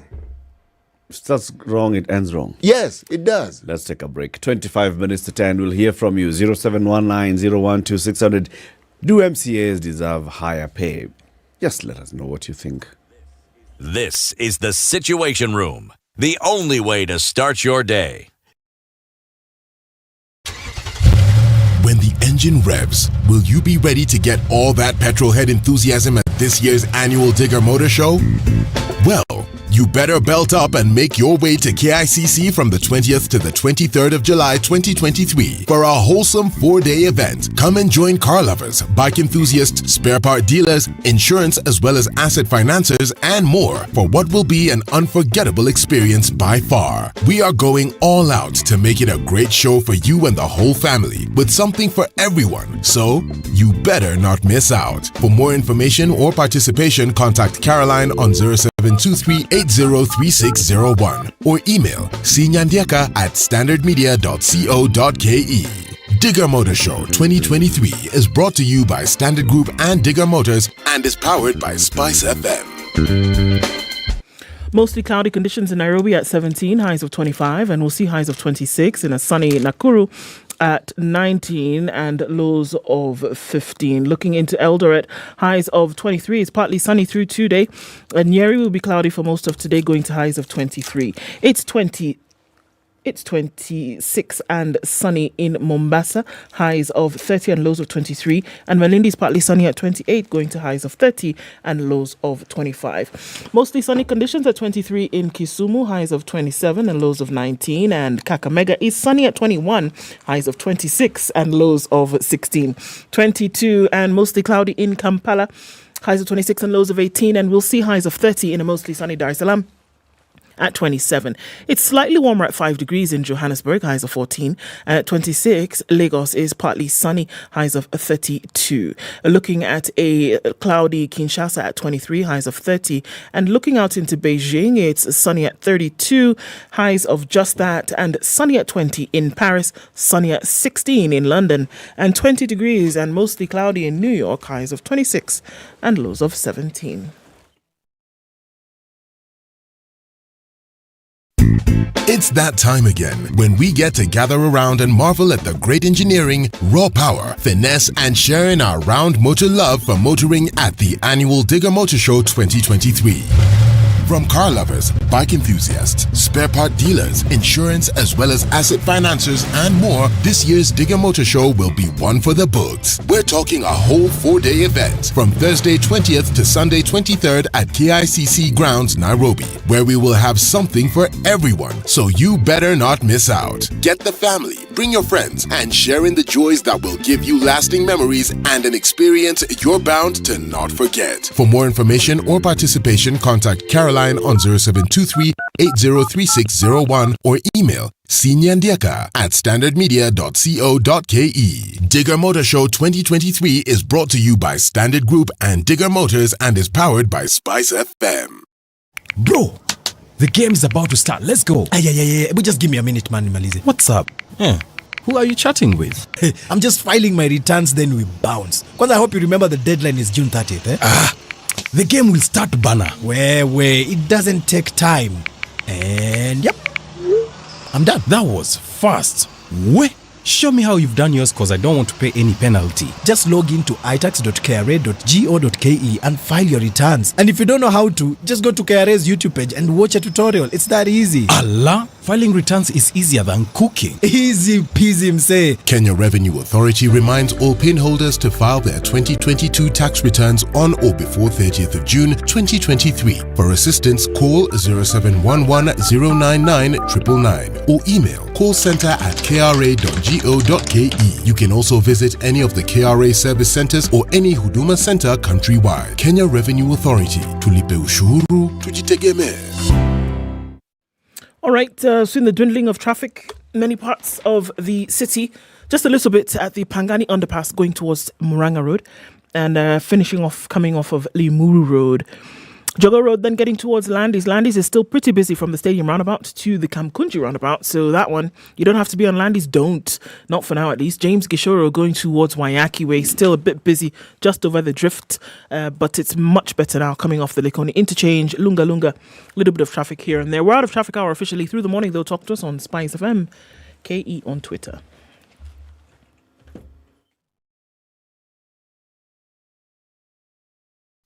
Business News with Spice FM. I'm Dennis Aseto. The Kenya Revenue Authority has onboarded 87 betting firms into its system, allowing real-time computation of taxes. KRA is banking on the initiative to track taxes on betting firms instantly, removing tax evasion loopholes. Betting Control and Licensing Board Chairperson Jen Macau said the board is committed to streamlining tax remittance from the sector with the aim of scaling up revenue mobilization and collection. The National Assembly's Finance and Planning Committee is proposing a reduction in the housing levy that is being proposed under the Finance Bill 2023. The Kimani Kuria-led committee now wants the housing levy slashed by half to 1.5% from the current recommendation of 3%. It is also advising that the levy be deducted from employees and not employers effective January 2024. Safaricom has appointed Anthony Gashanja as its new network director effective June 19, 2023. Gashanja joins the telco from the Central Bank of Kenya, where he served as Director of Information Technology. He will be responsible for the design, build, rollout, performance and enhancement of all network infrastructure. And the Kenya Bureau of Standards has stepped up aflatoxin test on Tanzanian maize amid concerns. KEBS said delays in the clearance of maize consignment at the border have led to a few trucks overstaying at the post, increasing the risk of aflatoxin. Aflatoxin is a toxin produced by a fungus found in maize or other agricultural products such as peanuts, with deadly consequences for humans such as vomiting, abdominal pains and liver injuries, among others. Housing Finance Group's banking subsidiary HFC has partnered with Kigutha Farmers Limited to build a 1.4 billion shillings residential project in Kamiti Corner, Kiambu County. The project, which will sit on 58 acres of land and be branded Barista Gardens, will comprise fully serviced plots in 4 quarts of a quarter acre and 1 quart of an eighth acre. For Spice Business, I'm Dennis Aseto. Spice FM Business.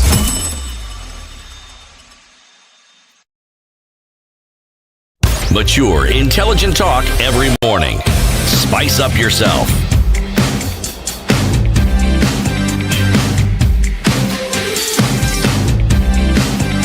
Mornings done right. 94 94.4 Spice FM, Nairobi. For their welfare. And what they're saying is, look, what we are earning now, our net salary comes to about 86,000 shillings. Gross salary, 144,000 shillings. I mean, compare that with members of parliament, members of the National Assembly, earning 710,000 shillings. Governors earning 924,000 shillings. We are oversighting an executive where even CECMs are earning almost 3 times our salary. Yep. Chief officers are earning more than we are. Directors are earning more than we are. We are oversighting them. And come on, this ought to change. And now senators have said, yeah, we shall take up this matter, we shall push for it. And we shall have this conversation with the Commission on Revenue Allocation and the Salaries and Remuneration Commission, which is the one that has just been having issues. What we are asking is your opinion this time, 0719-012-600. Please call us. Let's hear from you. Do MCAs deserve higher pay? Marcy says, yes, MCAs deserve higher pay. Not sijui, no nyef, no manenos, higher pay. Forget it. Don't even ask questions. Why are we doing this? Oh, should they do? No. What are we talking? Representation at the basic level is happening. Oversight at the county level is happening. Most times when we hear that there might be a governor who did whatever, who brings it out? It's the MCA. It's the county assembly who does this, and is saying, you know what? It's us. So then now you want to tell, now what justification are you giving? And that's why they're calling it a witch hunt here, because what you're doing is that you're getting back at the fact that you were not able to slash anybody else. So now this is slashing ground for you guys. Amongst these 2,200, now we just willy-nilly slash as we like, and it will allow you to go ahead and do that because nobody's going to stop you. And you don't have the power to change anything concerning the slashing authority. Nothing. And that's the reason why you're doing this. And that arrogance must stop. I don't like it. Yeah, and then when Millie, who said that on by posting a comment on YouTube, has been asked, are you an MCA, Millie? She says, no, I'm not. But when you start overpaying some categories, be ready for enlightenment. Enlightened salary earners to wake up. It's true. I think it's very important. It's very important we all change our perspective about what the county assembly is. If you look at our structure and everything and the whole concept of devolution, then the county assembly is central to development. Yeah, absolutely. Making sure that you even attract certain cadres of talent, people who come in here, and what they're doing is they're focusing on the job. Well, it's not very easy. I mean, we even have all these people who are paid millions and they're still not focusing on the job. But that's not the point. The point is acknowledge the importance of the office of the member of county assembly. Exactly. They're not just flower girls and boys who have been used to escort the entourage of the county executive in the name of the governor and the deputy governor and these other people. No, they have a function and it should follow form. You know, when you have a function, whose duty is it to ensure that that function is understood and respected? And if that function is not respected as it ought to be, who is it whose duty it is to ensure that the due respect is accorded? Who? To the person themselves. Yeah, precisely. But that's what they're doing right now. And they're saying that in case SRC does not understand what it is that they're doing, because what you've done is that you've met this demand with arrogance. So in case you do not understand what we do, we are telling you what we do. Maybe you didn't understand, that's why you thought you could come here and slash willy-nilly, but we're telling you what we do. So if you're going to do a comparative analysis, your comparative analysis should then result in an increment in our salary. That is it. We are telling you what we do. In case you thought we were just hanging around here because we didn't have anything to do, let me hang around the County Assembly of Moranga. Come on. No. You know, I have work. I'm doing something. Beyond impeaching governors. Okay. What else do MCAs do? No. I know what they do. What? And MCAs do, what they do is not only, believe me, they do a lot. I know enough MCAs, I know their functions, and I know the things they're involved in. It's not something I can be facetious about. But when you have such an important mandate, the weight of it beyond just talking needs to be felt. So you are saying this conversation begins to put in motion what I am saying. Yeah. I am saying it would be felt a lot more if they were not associated more with taking trips to the places I mentioned before and impeaching governors. Okay? Okay. City. Let me tell you something. 144. 154 minus 144 is what? 10. 154 is 10. Okay. Hold on to that thought. Last week, the County Assemblies Forum, CAF, and the SRC proposed a new pay structure to finance in the financial year ending 2025. Not even now. Because obviously things have been done, right? Yeah. Not even next year, because things already have been done. The year after that. So for now, forget about it. In the proposal, the gross salary of the county speaker is to be increased to 601,674 from 524. So you're looking about, 75,000 in terms of an increment. The leaders of majority and minority will take home 204,717 from the current 144. However, this group that is having problems with this thing, they rejected the proposal and said that's utter nonsense, which it was proposed an increment to 154,481 from the current 144. So the increment of where SRC sat, they scratched their heads, they scraped the bottom of the barrel, they did everything, they collected shillings here, there. What they could come up with was an increment of 10,000. MCA says, Indio iko. Who do you think you're joking with? Indio iko. That's we Even have tried if you everything. remove our pants and mark our bottoms. This is all we can get. Let's go to the phone lines. Opio in Kibera, good morning. Good morning. How are you today? Very fine. How are you guys doing? We're fine, thank you. Yes. Let me say this. I feel like there's a deliberate effort to kill devolution. Why so? Because, okay, let's start here. The drafters of devolution and the ones who are implementing it, I think they are two different people, because we would like to treat, for example, county assemblies with the seriousness they deserve, because they serve like the parliament in the National Assembly, right? Yes. But now you see, there's this clash of, and this is where these politicians always take us for a ride.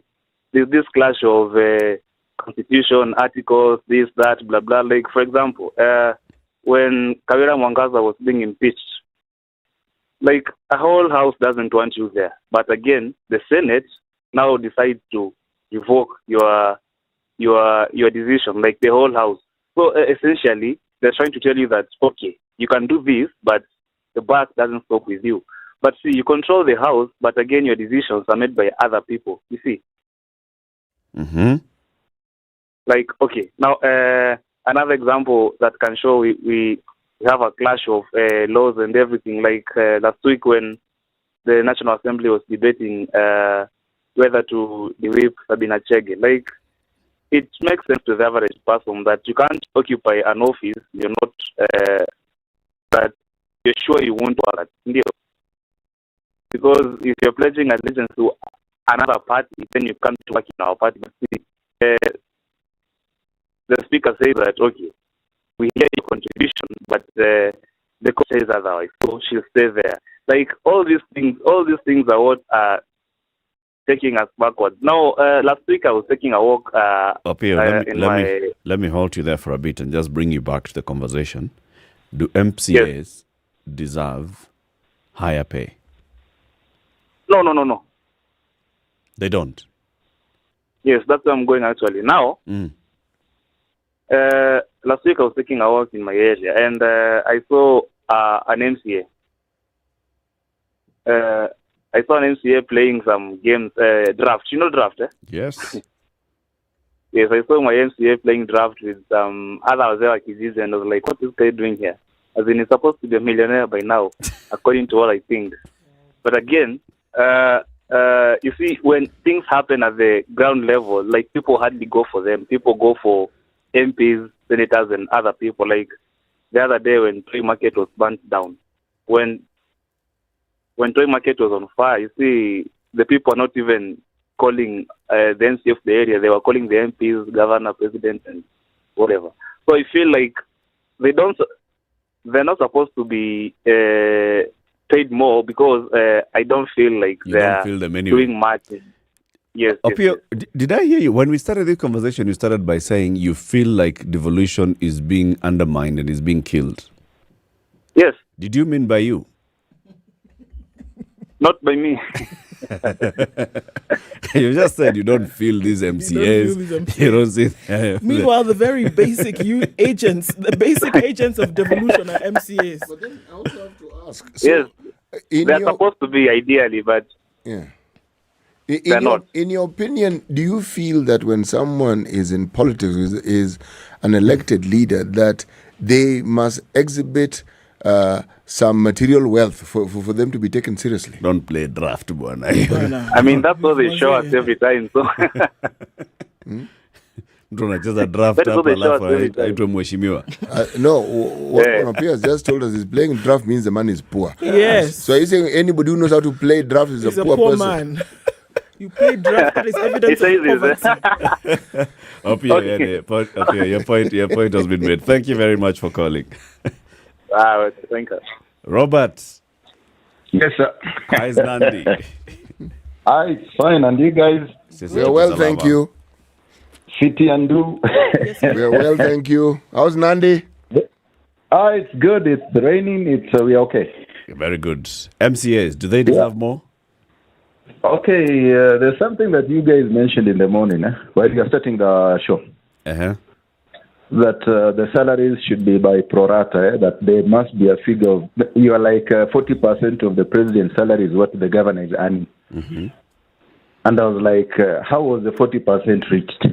Because to me, it should be 1 out of 47 of the president's salary should be what the governor is earning. So that's what the governor is earning is what, like in Nandi County, there are six. There are how many? There are six constituencies. It is 43% of the president's salary is what members of parliament are earning, not governors. And so the argument is that 43% of what governors are earning is then what members of the county assembly should earn. Because you're looking at representation, national level, MPs to the executive, county level, representation, MCAs to the executive, which is the governor. You see? So, and that is what I'm asking. That 43%, how was it configured? Because if it is by representation based on area that the person is serving, then do you think an MP is serving 43% of the president's area? He's oversighting the president. So it is. How was that 43% configured? That is my big question. We would have to. I'm not sure the SRC based it that way when they were, putting up the MP salary. But now the argument that is being used by the MCAs is that one. If we just look at, just go rudimentary. This member of the National Assembly is earning 710,000 bob, which is, the salary of an MP is about 43% of what the salary of the executive boss who they are oversighting. So how about we do, even if we just look to do the very basics, do the same at the county level. I'm oversighting a governor who's earning 924,000 shillings. Why am I earning 88 bob? Eric, you are opening a big Pandora. You need to call these guys of SRC to ask that question, because that is where we started sliding the wrong way. Mm. Because to me, I think there must be something that is explainable, something that is logical, because even as I and you right now are wondering how was this 43% arrived at. And if everybody that is oversighting the other should be asking 43% of the president, then the senators should be earning as equal as what those guys are demanding. Because they're also oversighting somebody somewhere. Yeah. So to me, I think this thing of devolution has really, I think we missed it again, because at the end of the day, look at my own county right now. All the finances that are coming to the counties is just for recurrent expenditure. Nothing is no longer going to development. So we need to sit down again, reflect on this thing of devolution, and it should not be about, what am I doing? Because even if we gave those guys 500,000 shillings per month, I mean, who doesn't contribute in Harambes? We do too. Sasa, what have they delivered on? Can we look at it in terms of how these other companies do it? That after somebody has delivered, maybe he's paid a bonus, just like in a company. Lakini sasa hii ni, we want money for Harambes, for funerals. Who doesn't go to those funerals? Kwani ni wao peke yao ndio wanasimama kwa funerals? Bwana. Wanataka mshahara ya kununua unga. Kama wewe tu. Kwani nani anunua? Wewe ukule ugali? Mimi nakula ugali, lakini sasa. So where do you get the salary to buy the ugali then? Sasa lazima mshahara. No. Hapa kuna kaujinga kadogo. Robert, thank you. Nego. Have a lovely day. This one, we will look for SRC. Yes, of course, Lynn Mengich has been on our sites for a while. We'll keep looking for Lynn Mengich and the commissioners at SRC. We will also bring MCAs again. And let's hear this argument being put forth again. This time they have a splinter group being led by Kina Robert Alai and others. Yeah. We'll hear from them specifically on the issue of MCAs and their pay. Thank you for tuning in to the Situation Room today. It's been a good one. Have a lovely one. Tomorrow, God willing, we will be back here. What time? 6 o'clock in the morning, 10 a.m. Yes. Our main man in the socials, Amulioto, is looking at all the comments that you've posted today with regards to Sarit, your city, giving you a chance to win a hamper. Just asking you, what would you do with 2,040 bob at Sarit Center? He will reach out to the winners online. Good morning. It's 10 a.m.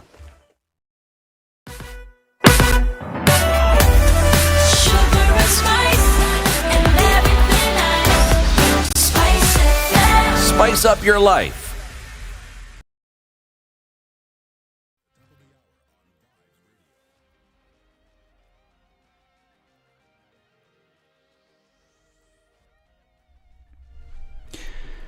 Good morning. This is